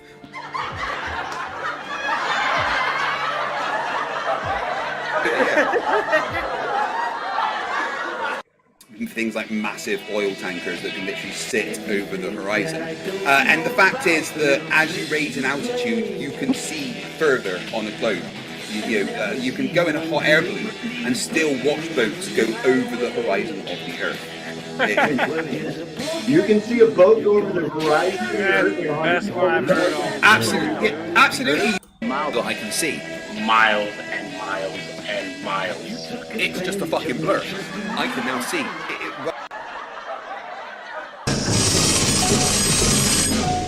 Also, he made an assumption that it was the Nimitz to begin with. How does he know it was the Nimitz? You done? Craig didn't say it was the Nimitz, did he? I don't know. Life, you say? Huh. Don't you think that sounds a little bit retarded? Yeah. So we can see life, gas clouds, forming planets. Life, you say? Huh. God, don't you think that sounds a little bit retarded, Craig? Life. I love space place. What is a nebula? This is a nebula. It may look like a colorful work of art, but it's really a giant cloud of dust and gas in space. Amazing how we can observe life. This can form planets. It takes like 6,500 years until that light reaches our eyes. So how can we observe this life, Greg? Cap Nebula. 6,500 light years away. And? And you can see it live happening, Greg. You are an imbecile. 6,500 years to get here. We have images of it literally happening in nebulae in space, okay? It is observable. We can literally see it happening in real time. Clown, it would take like 6,500 years technically that's for the not true. light to reach your Hubble telescope. Not sure you should have said that. We can look in many places in the universe and see it happening. Piece of shit. And now something different. On my last video, Abalara commented. Let me see. Here. Abalar. More QNFE ignorance. So why you come here, idiot? Let me click your channel and see what you got.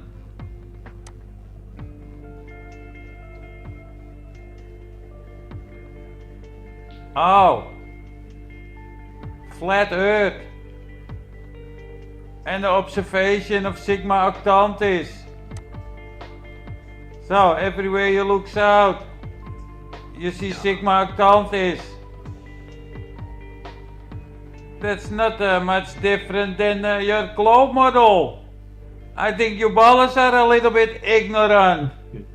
These baller clowns are just as ignorant as these flat earth clowns. They never use the official data on their models and see what's going on. What's he talking about? I don't know. Hi pieces of shit. The distance to Sigma Octantis is 1 quadrillion, 588 trillion, 530 billion, 169 million, 894,382.5 miles. And? I love 0.5 at the end. Yeah. Oh yeah. Sigma Octantis from the prime meridian, 10th latitude south, and the opposite side, 180 degrees and 10th latitude south. Now here at the prime meridian at the 10th latitude south, this observer saw an angle of Sigma Octantis of 11.08 degrees. Yeah.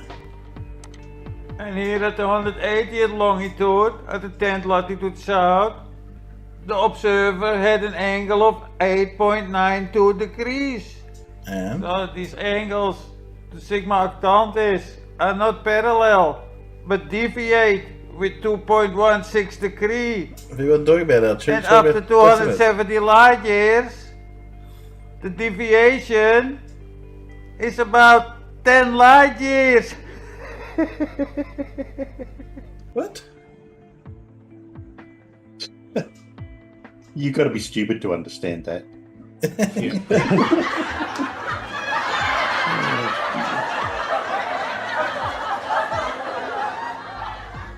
So I'm ignorant.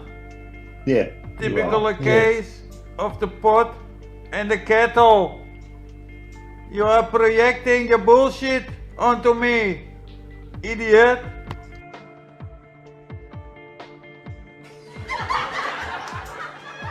Pieces of shit.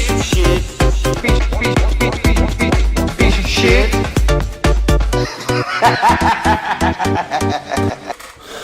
There you go. Well, yes. It's probably got the most annoying voice, for me at least, of the entire internet. Horrible voice. Ugh.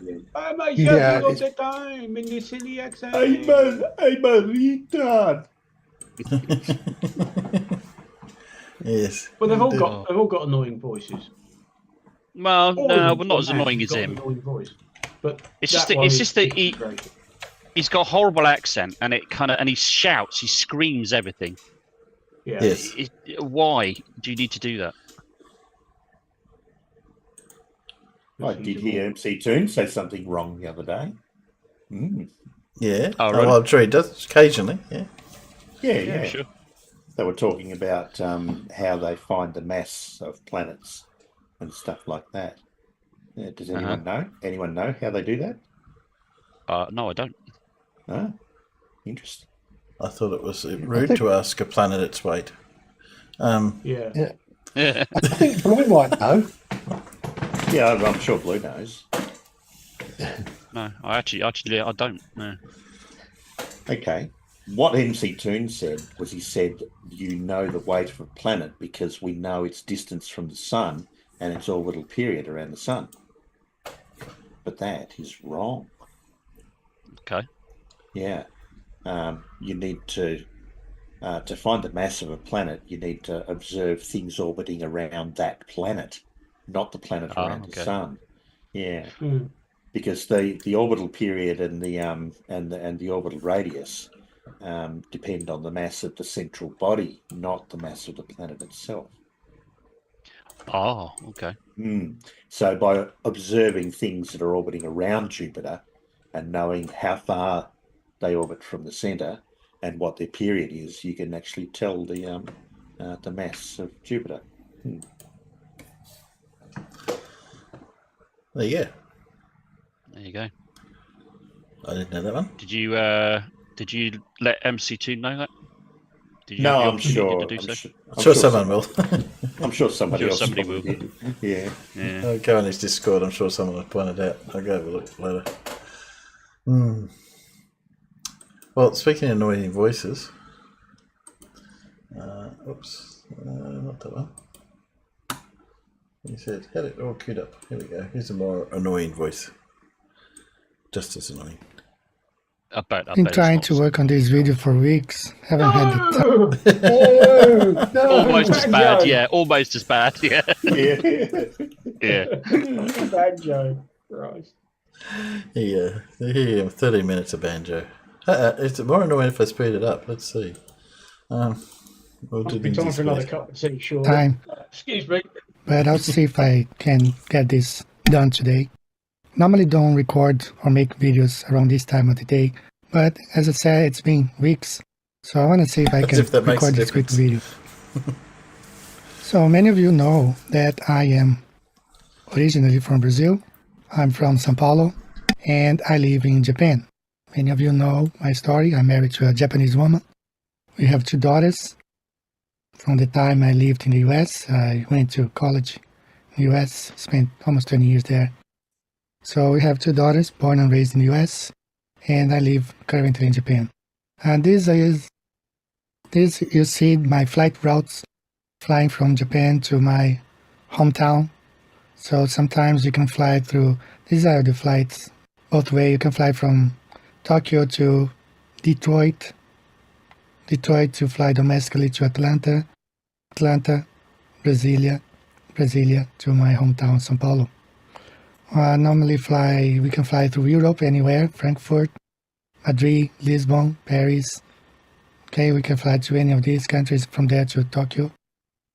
I have flown São Paulo, Dubai, Tokyo, by Emirates.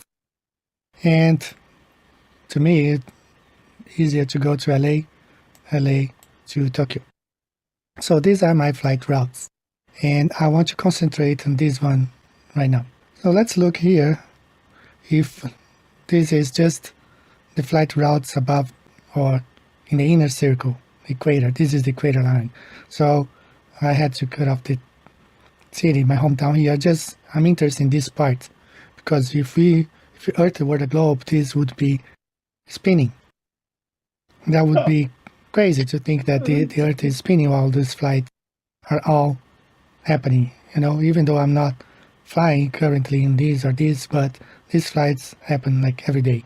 Here we have just the route that I'm interested for this example. I could use any of those routes, but for this example, let's pick Rio, Los Angeles, Tokyo. That's one of my flight routes. If I choose to fly through the US to LA, from Rio to LA to Tokyo. So, I have a big problem with this because globe believers, they claim that the atmosphere is velcroed with the spin of the Earth, which means, like in this illustration, which was made by a globe believer, the airplane, when flying from east to west, would have to be flying backwards. Completely insane to think that the airplane is flying backwards. I normally don't see globe believers demonstrating this. They try not to do it, because it's so ridiculously insane that they normally show flight paths like we do on the flat plane, because this is how it happens. The Earth is stationary. The airplane is the one that goes from point A to point B. On the globe, they never show these illustrations like a flight, for example, from Rio to Tokyo on a spinning ball. They never do it because they know how insanely that would look like. But I do have an animation here showing that. So they do claim that the atmosphere is velcro to the spin of the Earth, right? Just like this illustration shows. But I have a big problem with that. Let's look at this example here real quick. So we know the atmosphere is the air particles are independent from each other. Look at this girl jumping on this pool filled with those plastic balls. Okay, that kids normally play with that.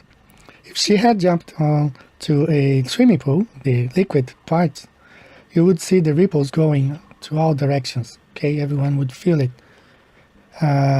If she had jumped on a solid surface, you would see the vibration would go everywhere. But look at this animation.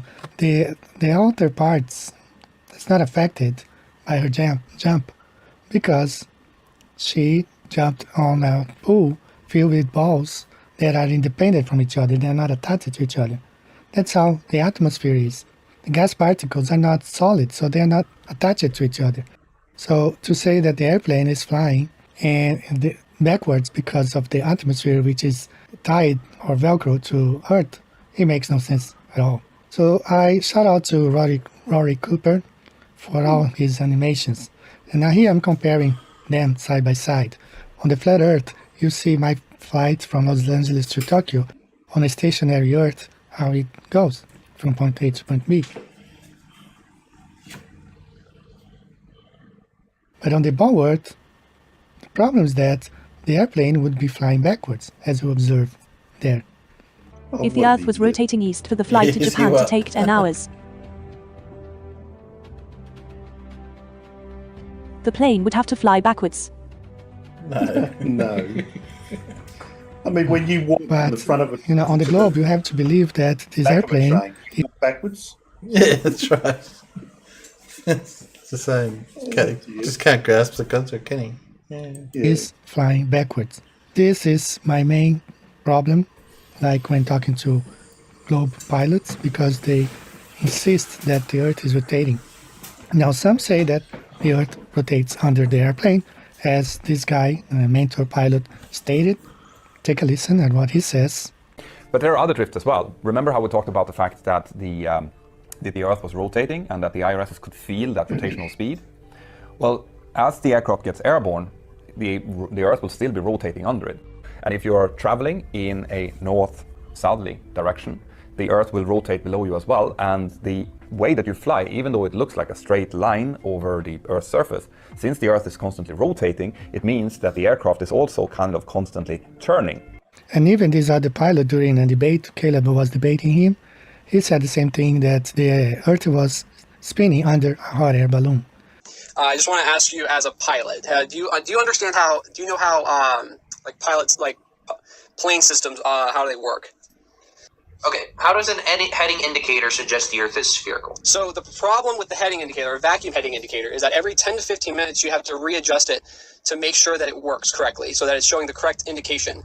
But just saying that a gyro wouldn't work because the Earth is spinning. So because why you don't understand why doesn't the Earth spin under hot air balloons then? Why doesn't the Earth spin under hot air balloons then? It does.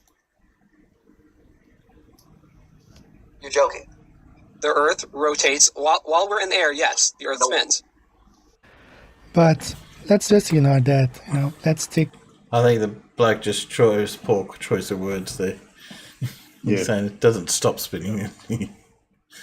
Yes. With what the majority of the pilots said, that the atmosphere is spinning with the Earth. In that case, my flight from Los Angeles to Tokyo, the airplane is going backwards, and which makes no sense whatsoever. So this is a matter of belief. They believe this is what's happening, but I just want to share this with you because I have been talking to a 747 pilot. He's a globetrotter, and he has written me quite a lot, and I haven't responded him accordingly because I don't do flat earth stuff full time. I take sometimes 1 day a week to reply to several messages and posts, and I'm a little bit behind on my answering of messages. But anyway, I just want to make this video stating that it's absolutely crazy to think that an airplane is flying backwards because the atmosphere is tied Velcro to the spin of the Earth. Earth is flat, and the only way that you fly from point A to point B, it's on a stationary Earth. It would be impossible to land an aircraft on a spinning ball, east to west, north to south, in any direction you can imagine. And if you believe that the atmosphere is Velcro to the spin of the Earth, that's even crazier to believe that an airplane is flying. Earth is spinning a bit faster. You're telling me if I'm in an airplane in the first class section and I decide to walk back to the bathrooms in the back end of the plane while we're flying, that I'm actually walking backwards? According to him, yeah.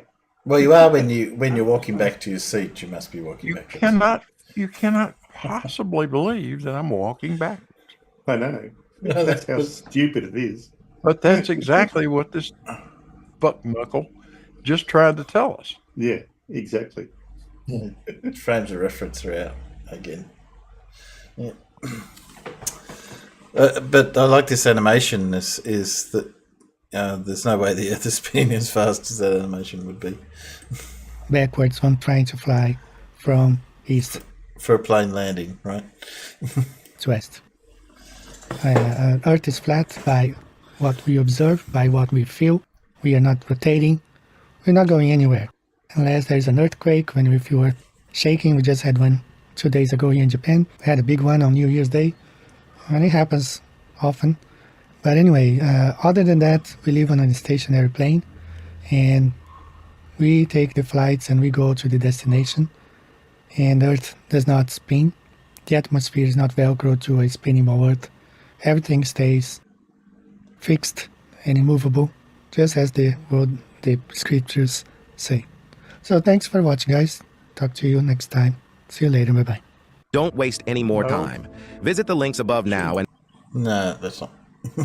Nobody says the atmosphere is Velcro to the Earth, you dick. Only flat earthers do.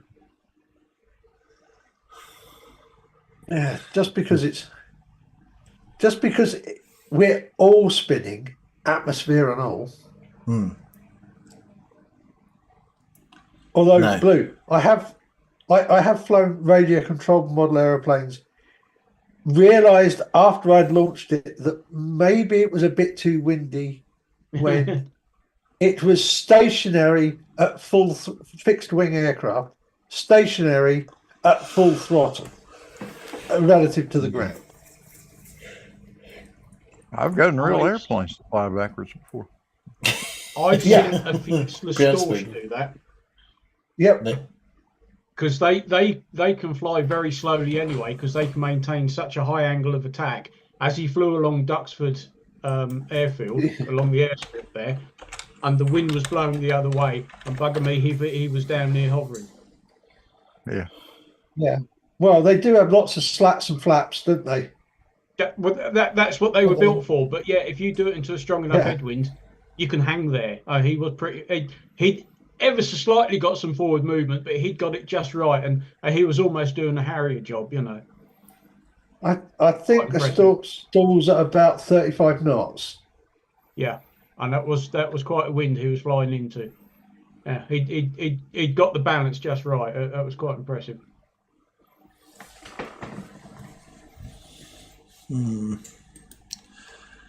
Yeah, he's not the brightest tornado devil. But there's just so many ways you can explain that. But no concept of speed, scale, or anything, even let alone the fact, yes, you can. The atmosphere's still moving in the atmosphere. Anyway, Paul had a question. Did you have time for a quiz? You've been a bit busy. No, I've been so busy this week. I haven't had time to make a quiz. I'm sorry. No, that's all right. It's not a problem. I just didn't want to assume that you hadn't done it, and you were sitting there saying, "When is he going to do the quiz?" No. I do have a quiz for us, but I found. I looked online and I found a Daily Seniors Trivia Quiz. I thought, Seniors? What's he talking about? Daily Seniors Trivia Quiz. Okay, I thought, now there's a quiz appropriate to us. So we can do the general knowledge one. I have no idea what's in it. Okay. Oh, well, we can find out together then, can't we? Yes. Here we go. Oh, I meant to do Everett before this. Hang on, let's switch back to an Everett. You can think about this first question while I do Everett. You can Google it while I do an Everett. Well, it ain't blancmange, I know that much. An ain't blancmange, yes. Because it's a seniors quiz, I'm claiming that I already knew all the answers.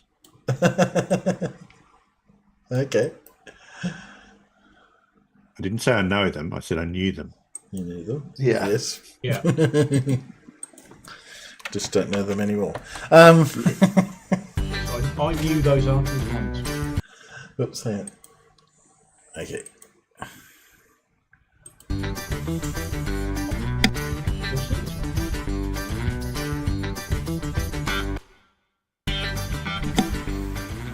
Okay, the cat's out of the bag. I'm gonna just go ahead and say it. I'm a flat earther. Yo, stay in the bag. Yo, get the fuck back in that bag. I really, I have had this debate with so many people, and it always goes my way. I always win the debate because I have facts. Oh, I see. Challenge me. Give me some facts, and don't tell me anything about space. Have you any questions? Questions? How fast you run the 100? Because you've never been there. I've never been there either, which is why I'm not going to use it as a reference to explain why the Earth is flat. Why don't you just give up? Kramer. Well, that's what Jerry says. But tell me why it's round. Good answer. You'll be notified of your grade. This is Lake Tahoe. Lake Tahoe is 22 miles wide, okay? The water don't look like it's bending to me. Gentlemen, even this brain is getting bored of this horse shit. The only time you see even a little bit of a curve is from NASA images. You're a bitter little person, aren't you? So we went to the moon. I'm curious, so I looked up what phase the moon was in when we went. What side of the moon do you think we landed on? Is that a trick question? We landed on both. But for some reason, the ground is not glowing on any of the pictures. I'm gonna say that there is at least a chance that I didn't think this through completely. Glowing. Side note, did you know that if you stand outside and you put like a thermometer or something like that outside in the moonlight, the temperature's gonna drop. Take it away from the moonlight, it's gonna go back up to the regular outside temperature. Where did you hear that garbage? It's the truth. The moon gives off its own light. That doesn't make any goddamn sense. How does NASA know what asteroids and comets look like if they're not in our atmosphere? You ding dong! What? How did we land on one last year? And they provided a video of them landing on it. How? Are you? I don't know how to. Was that a camera on board? It doesn't matter what Just they had a camera and they transmitted the signal. into, Yeah. the water is flat. Blah, blah, blah, blah, blah. Even with this packet of Bojangles hot sauce in here, the water is still flat. You got amazing storytelling, your friends. The Earth has gravity, and that's what keeps everything on the ball, including water, right? Did I do good? You did great. That would indicate that the water at some point, or it is always bending. She's brilliant. Where does water bend? Where it's always level. Always. I'm sorry. I am so sorry, but you're so stupid. You have no idea. And you're the only one who has no idea because guess why? Don't answer that, you'll get it wrong. Oh, so dumb. Yes, they're out there. You see, right at the start of that video when she said, I've got a confession to make, it should have been immediately followed by, I'm a moron. I mean, I suppose it was because she said she was a flat earther, and it is the same thing. You know. Yes, there's not a lot of difference. No. What gets me is that she sounds like the sort of person that someone will give her a reasonable explanation, but she'll just ignore it, and that's why she wins the arguments all the time, right? Well, all flat earthers think they've won the argument, even when they quite patently haven't, but they'll think they have. Yeah. I mean, that guy that MC2 debated the other night, the one they had to kick after he went there, you know, he was straight away after his live stream, he'd won. Yeah. You know, he'd beaten MC2 and he'd won. And it's like, no, you got yourself backed into a corner, you couldn't get out of it, so you went the usual route. It's something he's done before in discussions. Yes.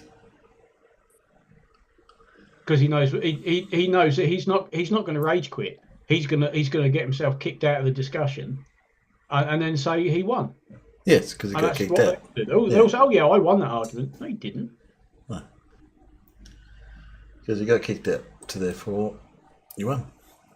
So in the meantime of that, did that kill enough brain cells that you now can't tell me which is an American sausage? It's got to be the blancmange, really. Oh yeah. Yes. No. Blancmange isn't a sausage. It's a pudding. Yes. I think. Something I haven't had in a long. And brisket is a cut of meat. It's cut of meat, and then bologna. I'm not sure. Is it cheese? No. What's a bologna? No. It is a meat, but I thought it was Italian. Yeah. And bratwurst is obviously a German sausage. Yeah. Judy's going with D, so there you go. I'm pretty sure. So, what do you reckon? I was going to go bratwurst. Probably Bologna. I think it's D. I think it's bologna. Yeah. Okay. It's like sliced, isn't it?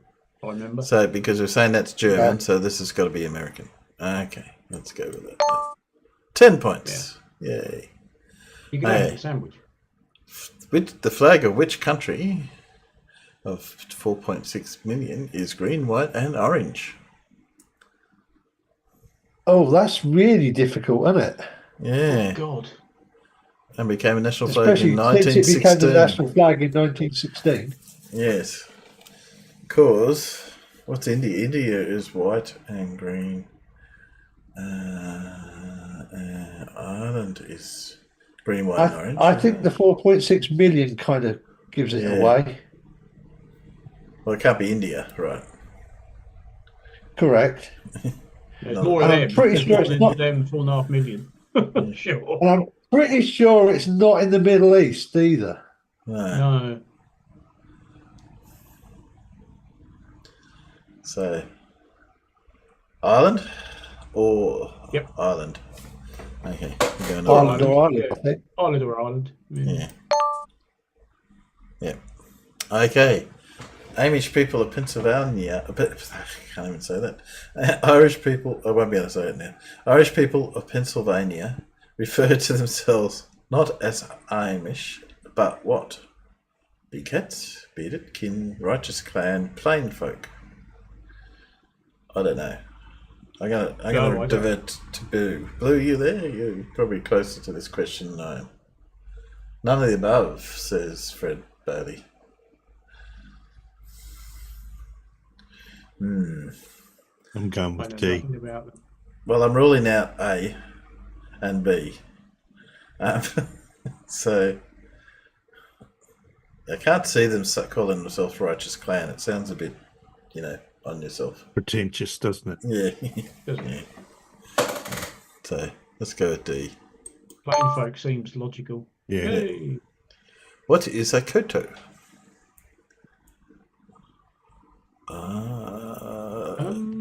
I'm going musical instrument. Has anyone got any other opinions?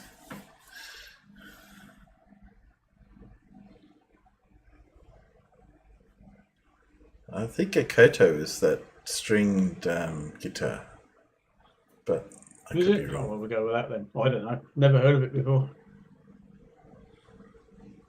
I'm just giving a chance for the peanuts to catch up a little.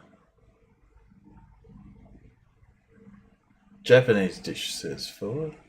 Jared says A. Okay. Made your choices. I'm going to go with A. There we go. Yes. Hey. I'm pretty sure it's a stringed koto. A string instrument. The last film of Peter Sellers was The Fiendish Plot of Doctor Who. It's Doctor Fu Manchu. True, yeah. I don't think we It's need not to- Doctor Who. It's not Doctor Finley. Something totally different. Yeah, And it's Fu definitely Manchu. not Dr. Hibbert. So we can move on that one. Yeah, Fu Manchu. Which word means to argue over price? Yeah, like you won't boggle. Boggle. I'm going to boggle over that price. Come on. Come on, Will. 10 for that, you must be mad. Yeah. That's right. The coat of arms of which country features a hydroelectric power plant and a red star? And a red star. USA is definitely not the No. answer.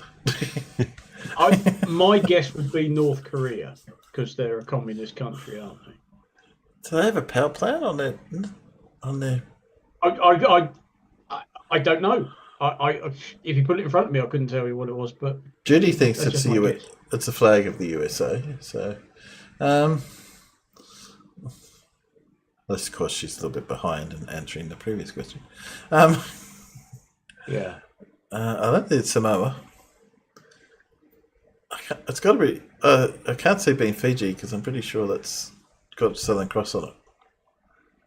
But it could have a red star on the Southern Cross. But why would they? No, I can't. They wouldn't have a hydro power plant. Come on, yeah, it's got to be North Korea. Yeah. Which country did China launch a military build-up in the national capital in March 2008? While expelling foreign journalists. Well, I'm going Tibet or Nepal. Would be my guess. Be Tibet or Nepal, really, isn't it? It's Tibet or Nepal. I'd go Tibet, but Nepal is not under Chinese domination because otherwise we wouldn't have any Gurkhas anymore, would we?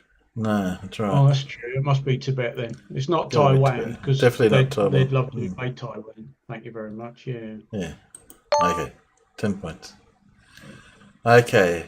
How do you spell the first name of the former tennis star Sanchez Vicaro? I don't. I don't spell it at all. I'm not even sure which one it is. My answer would be who? Who's Sanchez Vicario? I never heard of him. It's so Arancha, Rantsa. I don't know. I have no idea.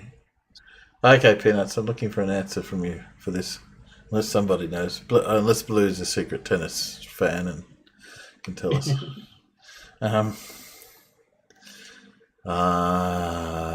Somehow I don't think it's B, because that just doesn't... I think it is B. You think it is B?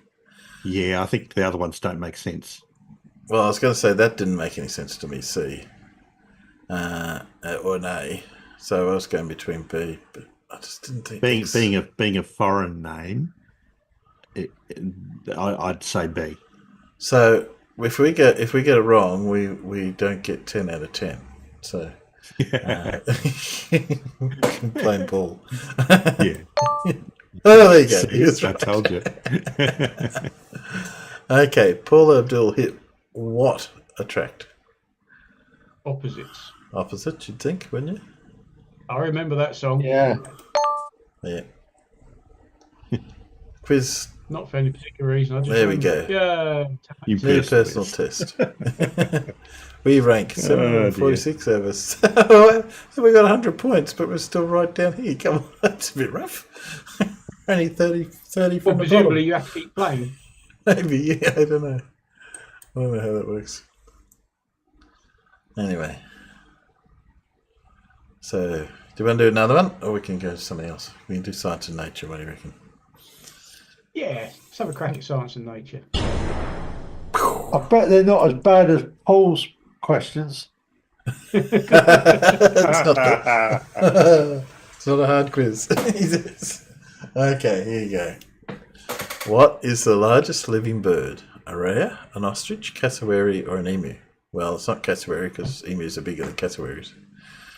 Ostriches are bigger than emus. I think it's the ostrich. I think they're still the biggest one, aren't they? Because I don't think the rhea is as big as an ostrich. Because it's the New Zealand bird. I'm going to go with the ostrich. What do we reckon? We all vote in ostrich? Judy reckons it's an emu. I'm pretty sure an ostrich is bigger than emus. Yeah, I'm pretty sure too. Yeah. So, yeah, let's go ostrich. 10 points. There we go. Okay, which of these countries produced the most cars in 2007? France, Japan, China, or Germany? Ooh. Do you know, I bet it's China.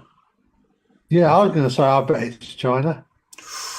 2007. Because China have been building an awful lot of cars for the Chinese market, haven't they? Which is huge. But the Japanese production is pretty big. Don't think it happened in 2007. Yeah. I'm trying to think, when did the Japanese market start to fall under? Oh, I'm going to go with China, and then we could blame Alan if we're wrong. Because if I go with Japan, then you blame me if I'm wrong.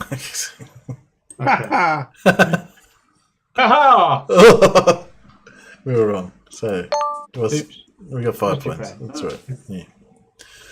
What is the chemical symbol of a manganese? Manganese. Manganese.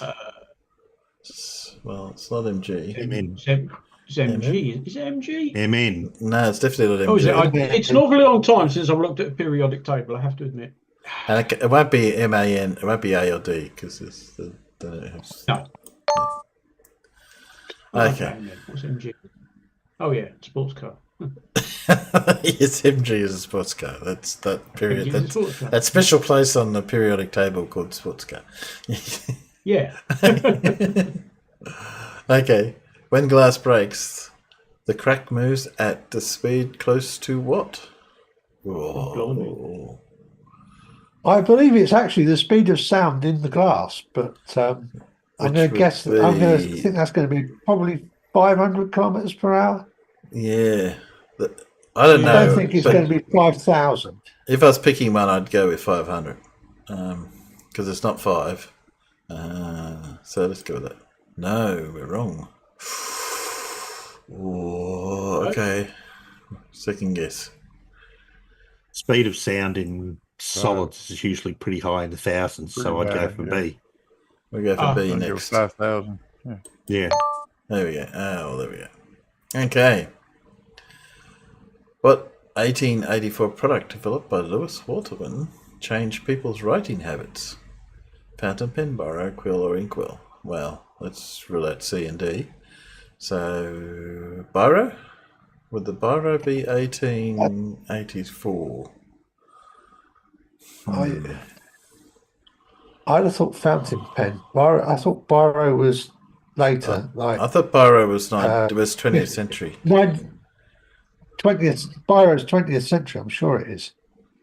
Yeah. Yeah. But is fountain pen that late? Yeah, I think it might be. I reckon. Fountain pen. Fountain pen. Yeah. Blame me if it's wrong. That's right. Well, yeah. I'm pretty sure. It just seemed to be that. Got a very nice cross fountain pen. Okay, 24 ribs. How many? have 24 as well. Yeah. But the Bible says that they took I a don't rib out care of what the Bible says. The Bible's wrong about that. I'm not in your book club. I don't care. Yeah. Isn't Biro the name for a brand for ballpoint? I think Biro was the first name for a ballpoint pen. Yes. There was a bloke called Biro. Yes. Who invented the ballpoint pen? Yes. He had a mate called Whittington. I think it was Hungarian or Czech from something like that, wasn't it? Yeah. Okay. Who is credited with discovery that all objects, heavy or light, fall at the same time as the rate of acceleration? A. What? Leonardo da Vinci didn't do it? No, you sure? But it wasn't Pythagoras.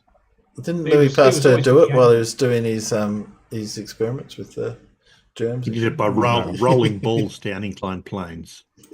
Yep. Oh, yeah. I think we knew that one. Okay, which eye colour contains the most amount of melanin? Melanin. Brown. Yeah. Brown. Okay. Got a brown. Okay. Nanotechnology involves... Making things work. Making things roll. Well, I'd argue that it definitely has to make it work. Yeah. Okay. What is the collective name for Incus shapes and melanus? The bone in the ear. I didn't know. Cocula? The auditory ossicles. The ossicles, yeah. What's that one? Oh, right. No. Hey. Ossicles. Sorry. Hey. Hey, I had a couple of people. So that one, where can we go with that one? There we go. Yeah. 90 points. Oh, well, it's not too bad. Have we improved? No. We're worse. I don't think we have. No, worse. We were 30 from the bottom, now we're 20 from the bottom. Yeah, because we got things wrong.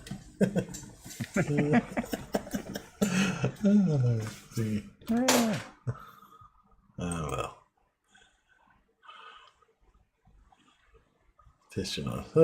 They're not bad. So I'll have to save that site because they do switch it around. Oh, that would be one to give to the first. Do a dictionary quiz. That would be. See what they come up with. Well, let's put on back on. I got another Everett. We can go for another Everett. Yeah, because he's put out a few, hasn't he? Otherwise, you got to listen to Picket World. So now you can have an Everett in between now and Picket World. So. Oh, Gigantor. Yeah. Oh, that's a good going there. I like that one. Oh, wow. It's really properly.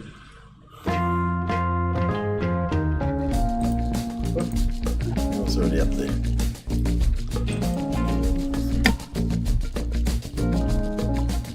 What physics of water only works if the Earth is flat?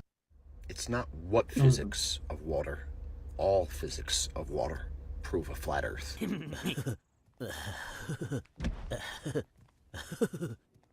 Butthead, I thought they were taking us to score with a bunch of chicks.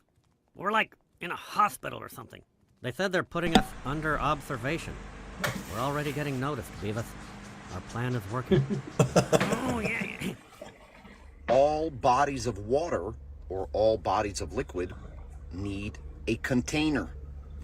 Notice how the liquid in this cup is laying flat and it's contained.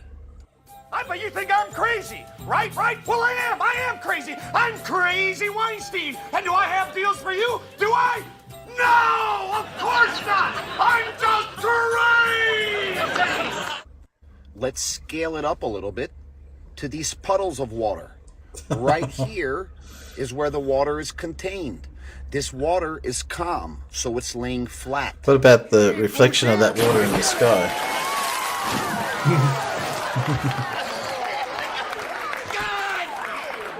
God almighty!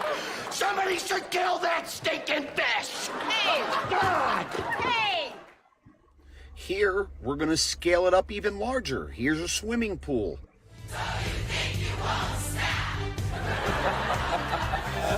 Yes! Oh, that's right. The water is contained and it lays flat and level when calm. Oh, there we go. Scale it up one more time. Here's a massive lake. This lake is contained by the edges here.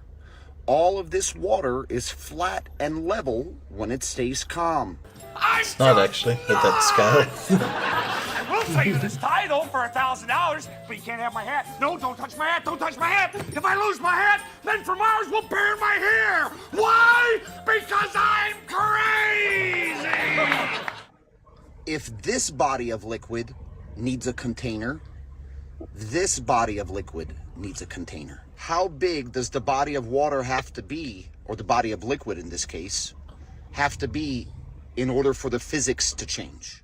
Hi, I'm Crazy Edelman, the discount psychiatrist, and my prices are absolutely insane! Schizophrenia, split personality, I can cure you complete for $500. That's right, $500 complete. Tell a friend or tell yourself. Suicidal? Don't kill yourself over skyrocketing psychiatrist bills. Come down to Crazy Edelman where my prices are so low, I must have an inferiority complex. Here are your Earth's oceans, laying flat and level, contained by this white ring around here. What is this white ring? This white ring is your ice wall. You've come a long way from just being a kid who loves Star Wars. Yeah, now I'm a kid who loves Star Wars and needs a lot of therapy. That's sad. Well, it's like my dad always said, can't live with him.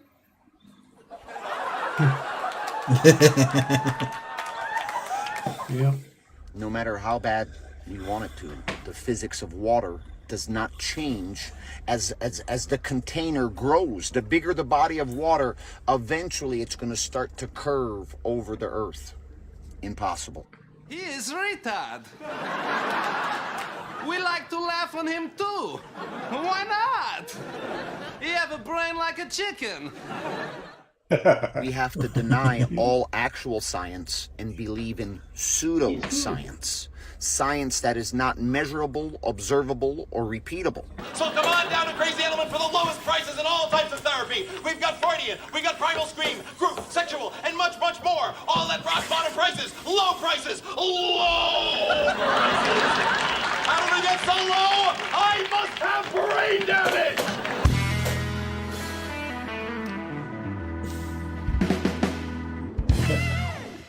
I mean, as soon as they say the physics of water, you know that they've lost the plot. They know nothing about it. Yeah, that's right.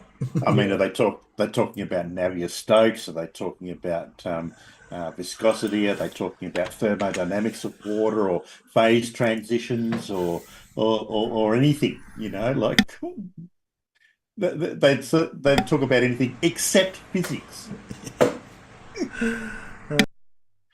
I get you to talk among yourself for a sec. I'll be back in about 2 minutes. Sure. And then when we do try and talk about it, it becomes thermal dynamics. Thermodynamics, yeah. That's always one of my favourites. Oh, thermodynamics. Yeah, you really know what you're talking about, don't you? Yeah, that's a dead giveaway, isn't it? Yeah, all things in nature have warning signs. Well, these are flirt warning signs. Or the Pythagorean curvature equations. Oh, yeah. Oh, Pythagorean. I know sometimes people have heard these words without seeing them written down. I mean, one of the guys at work, he'd put something on the drawing and he called it a chlorifier, C-L-O. And I said, oh, that's a calorifier. What's one of them? I said, look, all right, this is how it's spelled. You know, he'd heard people say chlorify. He'd never seen it written it down. So he put it on the drawing as a chlorifier, C-L-O-R-I-F-I-E-R, you know. Not a calorifier. And it's, fair enough. I guess he'd heard it said enough times, but he'd never seen it written down. So he didn't know how it was spelled. So he just spelt it phonetically. But I thought, hang on, you must have been doing this long enough to have seen that word written down on plant room and boiler room plans before. But yeah. Get that a lot. Yeah, I mean, like we had our company recently employed a young girl as a technician, a poultry technician. Sure, she grew up on a farm. Her dad runs 6 duck sheds, right? So they're right into the business or whatever. But she was homeschooled, and as good as homeschooling can be, there are certain things that they sort of miss out on, and you can usually tell when someone's been homeschooled. And she was telling us that the litter under the drinker lines was always wet because after the ducks drink, they have to pee.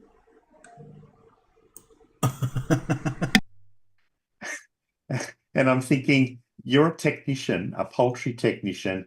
You need to know a little bit about the biology of birds. And birds don't pee. No, they don't. No, they don't.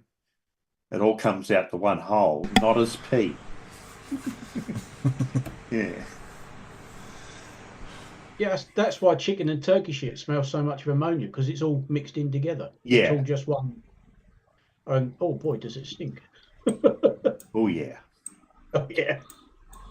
I'm back if I missed where I anything. grew up, he used to spread turkey shit on the fields, and if the wind was blowing from that direction, you knew exactly what he was doing, because you went outside and went, oh, fucking hell. No, Matt. No, didn't miss much. I haven't missed anything. Oh, right, okay. We just sat here and waited till you came back and twiddled our thumbs. Yeah. And then you're going to end the show. No, yeah, now I've arrived. Yeah, my daughter had her tyres slashed. That was nice. No, well, not just hers. Like when I was halfway through changing her tyre, another guy came out and realised his was flat as well. And funny enough, when I got up this morning, I looked out the front window and I saw another guy working on his car. So it looks like somebody's gone along that side of the road and slashed the tyres as they go along. Yeah. Yeah. Yeah, the dirty, great big hole on the side of her tyre. Yeah. Completely flat. Bastards. So luckily, as happened, there's a tyre and exhaust place literally 75 metres away, just down the road from us. So I just went down and got a new tyre and then... Mate, your boy sharpening his knife up because he just blunted it on all your tyres. It could be, yeah, you never know. Yeah.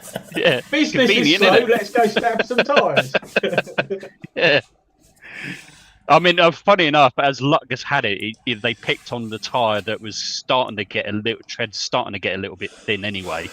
So I was saying to my daughter, I said, I think you're going to need to get that changed soon anyway. So it kind of just forced the issue really. So not that big a deal, to be honest. No, but still could have done without inconvenient. Yeah, could have done without it, to be honest with you. Just a bit inconvenient time. Yes. No one has camera footage of the street at that time? Or? Not along here, I don't think. No, I don't think so. Oh, it's not really worth it, to be honest with you, anyway. So, I thought you had camera footage on every square metre of the UK. No, not quite. Not everywhere. No. I mean, the businesses down the road a little bit might do, but I mean, they wouldn't actually show where you park the car, so you wouldn't be able to prove it. I mean, you might just say, okay, well, that person walking along there might have done it, but you couldn't prove it. You know, so unless you saw him slashing tyres in another area. Yeah, but maybe. Yeah, you never know. I doubt it, to be honest. I very much doubt it. I mean, the others might report it, and who knows, might get a knock on the door from the police, but I don't know. A ring doorbell or something, they might. I think it's worth reporting. Maybe. And just for a record, but you never know. Yeah, I suppose. Yeah, I suppose we could do. I'll speak to my daughter when she gets home, but she was a bit late. Running a bit late to get to Belfast now, so. Yeah, no.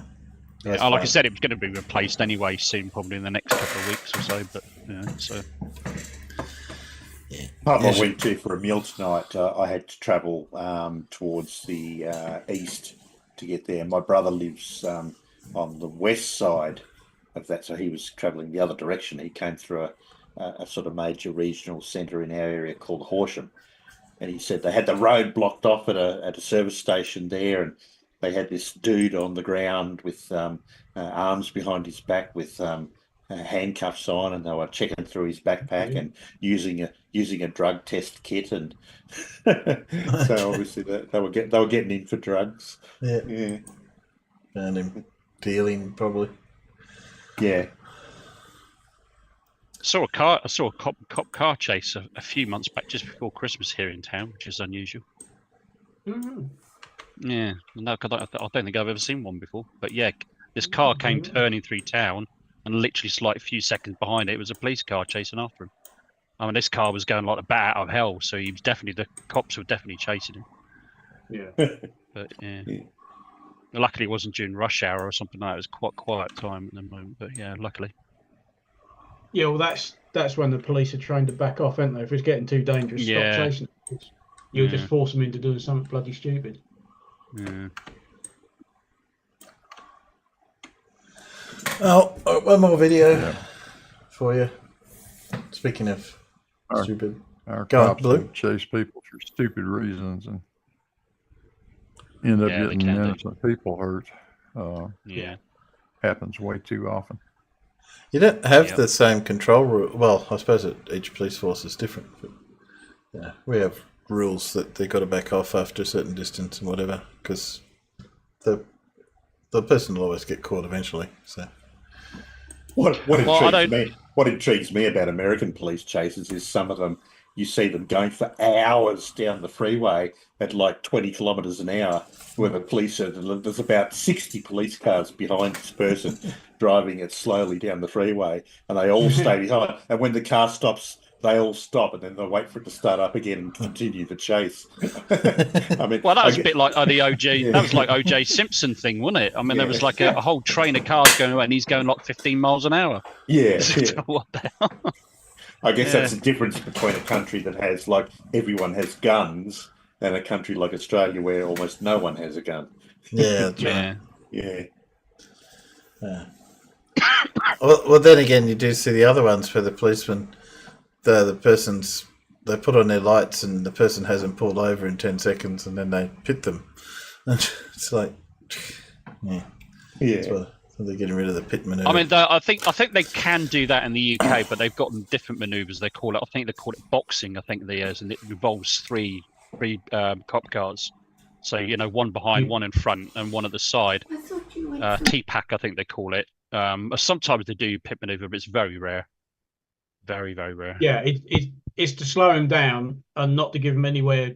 He's got no means of escape Nowhere out to because go. he's basically surrounded by cop cars, and they slow down, and he has to slow down.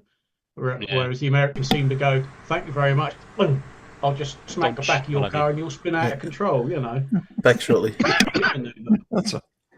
It's effective, but a bit dangerous.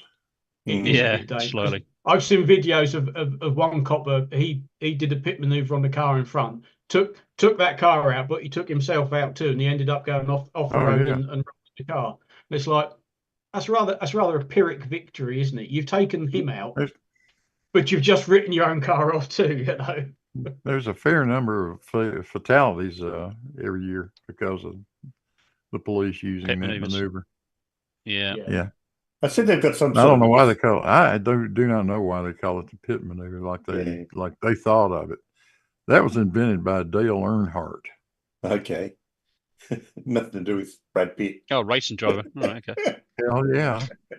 Oh, in fact, they damn near. They did threaten to ban Earnhardt from NASCAR because he kept doing that. Oh, that's why they call it a pit maneuver, because it puts people in it. Oh, okay. I never thought of that. Well, it's PIT, and it has two possible meanings. It's either the precision immobilization technique or the pursuit intervention technique. Right. Oh, right. Okay. Yeah.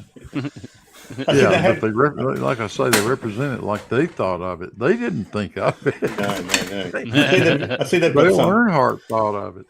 I see they've got right some. up on the bumper of the guy, whoever he wanted out of the race. That would be there. There they would go. I see they've got some new system where they drive up behind them and they put this thing called the grappler. It's kind of like a mesh net. Oh yeah. That they guide under the wheel. It wraps around the wheel, and then they just like slow it to a stop. Yeah. Well, it jams on the back wheels though, doesn't it? So they come to a sudden stop rather than a slow stop. Yeah. Well, basically, it puts the brakes on. Literally immobilises them. Yeah. Yeah, basically, it's putting the brakes on. So it's not it's not like a dead stop. It's you got it. It's same as if you jam the brakes on. So, but I don't think there's any hard and fast rules about what they can and can't do in terms of chasing here in the UK. I think it's all controlled by whoever the commanding officer is at the time makes a decision whether they should or shouldn't back off. And they give a running commentary as to where they are, what the location is, what the conditions are, how much traffic is involved, and if the control says no, you've got to back off, they back off, and that's it. And they try and find them later. Well, I think that comes down to what's more important. Depending on why they're chasing the person, of course. But if they're just absolutely. If they're just speeding, it's sort of like they'll get caught eventually. But if they've just robbed a bank and they've got hostages in the back, that's a different matter. Yeah, well, if they're chasing someone who they know has committed 10 serial killings, then they're not going to back off. Yeah. No, absolutely, yeah. That's why there's no hard and fast rules about it here in the UK. They shouldn't, but sometimes they just light somebody up because the tag's expired or whatever, and the guy runs. Mm. Well, 9 times out of 10, they're running because their license is revoked or suspended or something. Yeah. Or they've got warrants or something. Yeah, or they got warrants or something like that. Hell, you got the tag number. Pick him up later. Yeah. Mm-hmm. Yeah. That's right. Once you've got that. Don't put the public at risk over bullshit. Yeah, over their problems. Okay, you want to have an we've got CC Chris. Easter message from CC. Westchester Counter. I reckon about putting the public at risk. We got CC coming up. That's right. Yeah, exactly. What's worse? Good morning, good evening, good afternoon, wherever you may be. CC Chris from New York, Westchester, Canada. I think he does his hair special. 331. Yeah. 24. Happy Easter for everybody in the Catholic community. Happy Easter. Mine's not until May 5th. So I get to spend Easter twice. Sometimes it happens about forget it. Okay. I want to show you something. Okay, while I was dyeing eggs, they include some neat things. You know what these eggs? Stickers. You know what a sticker is? It sticks on things. But you know what a sticker is on? Really? That's right. A flat surface like this. Okay? Oh, So God. Know where this is in going. a sense, what they did is they took a flat map and wrapped it around a ball and made you think you live on it and told you lies. So let's take one of these Yes, that Let's was a take lie. this one right here. This CC, is, why did you tell it? a happy face. Okay. Let's try to wrap this around a ball. Well, it's an egg. How do you think that came out? It was pretty good, right? It's not bad. But you see, the conformity, when you wrap shit around a ball, always has crevices. Oh, you can't really get it right. Oh, damn it. You see, there you go. Okay, it's folding right there.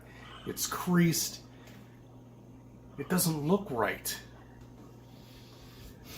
You know that Because it's not right. against flat Earth by You saying can't fold a piece of paper around a ball at all. You don't know what you live on. You have no idea what you live on. You have no idea what the size of the continents are. You have no knowledge at all. All the ball earthers have no knowledge. I mean, they're looking at a picture of Brazil that's the size. It takes up the entire half of Earth. It doesn't make any sense, does it? What? You can't put something that's flat around. I'd like to see a that. ball. Picture? I've never seen that picture. It doesn't work. No. Fucks the whole map up. Anyway, I thank you for subbing. I thank you for viewing my videos. Let me be a part of your life, and happy Easter. Yeah. Get your hair cut, Chris. I want to know if he does it special. Yeah, go on. Go on, farmers. I said at least it was brief. It was brief. Yes. It's only 3 minutes and 5 seconds. Most of that was getting his egg out.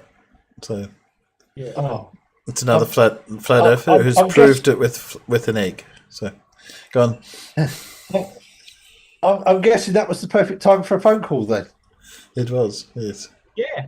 Well, I mean, short video. Short video, long video, big piece of shit, small piece of shit. It's still a piece of shit, right? So Yeah.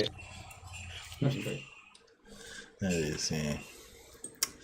Well, that's about it for the show. I did have one thing though. Hang on. oh, did I miss Paul's quiz? Oh Yes. dear. Oh. Yes, you did. I missed it. Oh dear, I'm Don't, sorry. don't worry, Matt. I didn't actually have it tonight. I'm keeping it for when you're around next time. I can't wait. I can't. No. I was going to suggest we send it to him, and he had to have all the correct answers by next week. Yeah. What? Bye. See you later. Bye. Yeah, your homework for this What week. did you say? What's that? Can't hear the sound going. What's that? What was that? How to make somebody panic. Make them think they're doing Paul's quiz. Yeah. But just a question, Matt. Have you ever learnt anything from my quizzes? Yes. But Well, there you go. do I actually always remember them? That's a different question. That's the trick, is remembering it all. Yeah. Yeah, exactly. Yeah. Because I'm sure there's been a few occasions when I think, oh, hang on a minute, I've heard that question before, I think, but I don't remember the answer. I'm sure you've had the same question once or twice before. Probably. It's all right. Because when I write them, I always think of the answer first, and then I write a quiz around it. Rideable robots. Yeah. Yeah. I came across this cool thing. You may not find it as cool as I thought it was. But I'm going to inflict it upon you anyway. So, where was it? Blah, blah, blah, blah, blah, blah, blah, blah, blah, blah, blah, blah, blah, blah, blah, blah, blah, blah, blah, blah. Pretty sure I got the right video. Oh, have you? No, wasn't it? Oh, come on. Where are you? I had these great trains. Doesn't matter. Oh, well. I can't find it this pass, so I'll give up. While you're doing that, Timbo, did you hear Yeah. that Sabina Hossenfelder has gone full-time YouTuber? Okay. Mm. I think you're making enough money for that? You got to be getting a few views. Disillusioned with the way that scientific institutions work. Okay. All right. Mm. Oh, well. So there he goes. Yeah. Okay. By public transport. The this is concept, I thought developed was by a good German idea. startup Monocar Technology, makes use of self-driving taxi cabins that have been specially designed to run along old railway lines. Utilizing an app similar to Uber, the service has been put forward as an alternative to driving, especially. Yeah, I don't know. Have you got a lot of old railway lines that aren't used in the UK? Because we've got quite a lot here. No, there will be some. Yeah. Well, there's. I know one not far from where I used to live. We've got a lot of them. Most of it gets ripped up though. We've got a lot of them around this area, but they don't go anywhere where you'd actually want to go. Okay. We've got, where the tracks were, and all the earthworks are still there, and the bridges are still there, but the track themselves, no, they went years ago, because it's like, well, that's metal we could use for something else. Thank you very much. That's all gone. Yeah, there's a line that used to run between Rich Hill, where I used to live. It used to go from Portadown through Rich Hill to our Armagh City. I think a lot of it is missing, but there's stretches where it's still there, but it's like all overgrown and all the rest of it. But yeah, but other than that, yeah, I think Alan's right. Most of them get ripped up, I think. Okay, yeah. I mean, we have Marriott's Way, which runs out of Norwich up sort of northwest, that is the old railway line, and of course they've ripped the track up, but they've now turned it into a 20-odd mile long footpath, cycling path. Yeah. Yeah, we've got a few that go out to some of the smaller towns around, which is what I was thinking. Something like that would be handy if you got it to a reasonable speed. But the big deal is that you don't need two lines. You can have two cars pass each other if you set something up like this appropriately. Well, it's like back on what was the home farm. Obviously, it isn't now. There's still a fence around part of the farmyard that's made out of old sleepers. And if you went over the road and down the track past Ayers Fields, eventually you got to where the railway line used to run from one village to the next. And when it all got ripped up, he went down there and said, what you doing with those sleepers? And he said, can I have a few? And, sleeper uprights, sleepers in between, made a fence out of them. So even by then, the rails were long gone. They'd all been ripped up and melted down and what have you, and it was like, I'll have some of those sleepers, please. And of course, they last forever. I think the fence is still there now. It's probably it's over 50 years old. And 4 of those sleepers make very good raised beds, as one garden centre was doing. They brought a whole load of them, made raised beds out of them. Oh yeah, they're bloody solid. They're solid old bits of wood. They're easy to construct a retaining wall from, so you often see them in slow retaining walls as well. So, and they don't rot because they're designed not to rot. No. Yeah.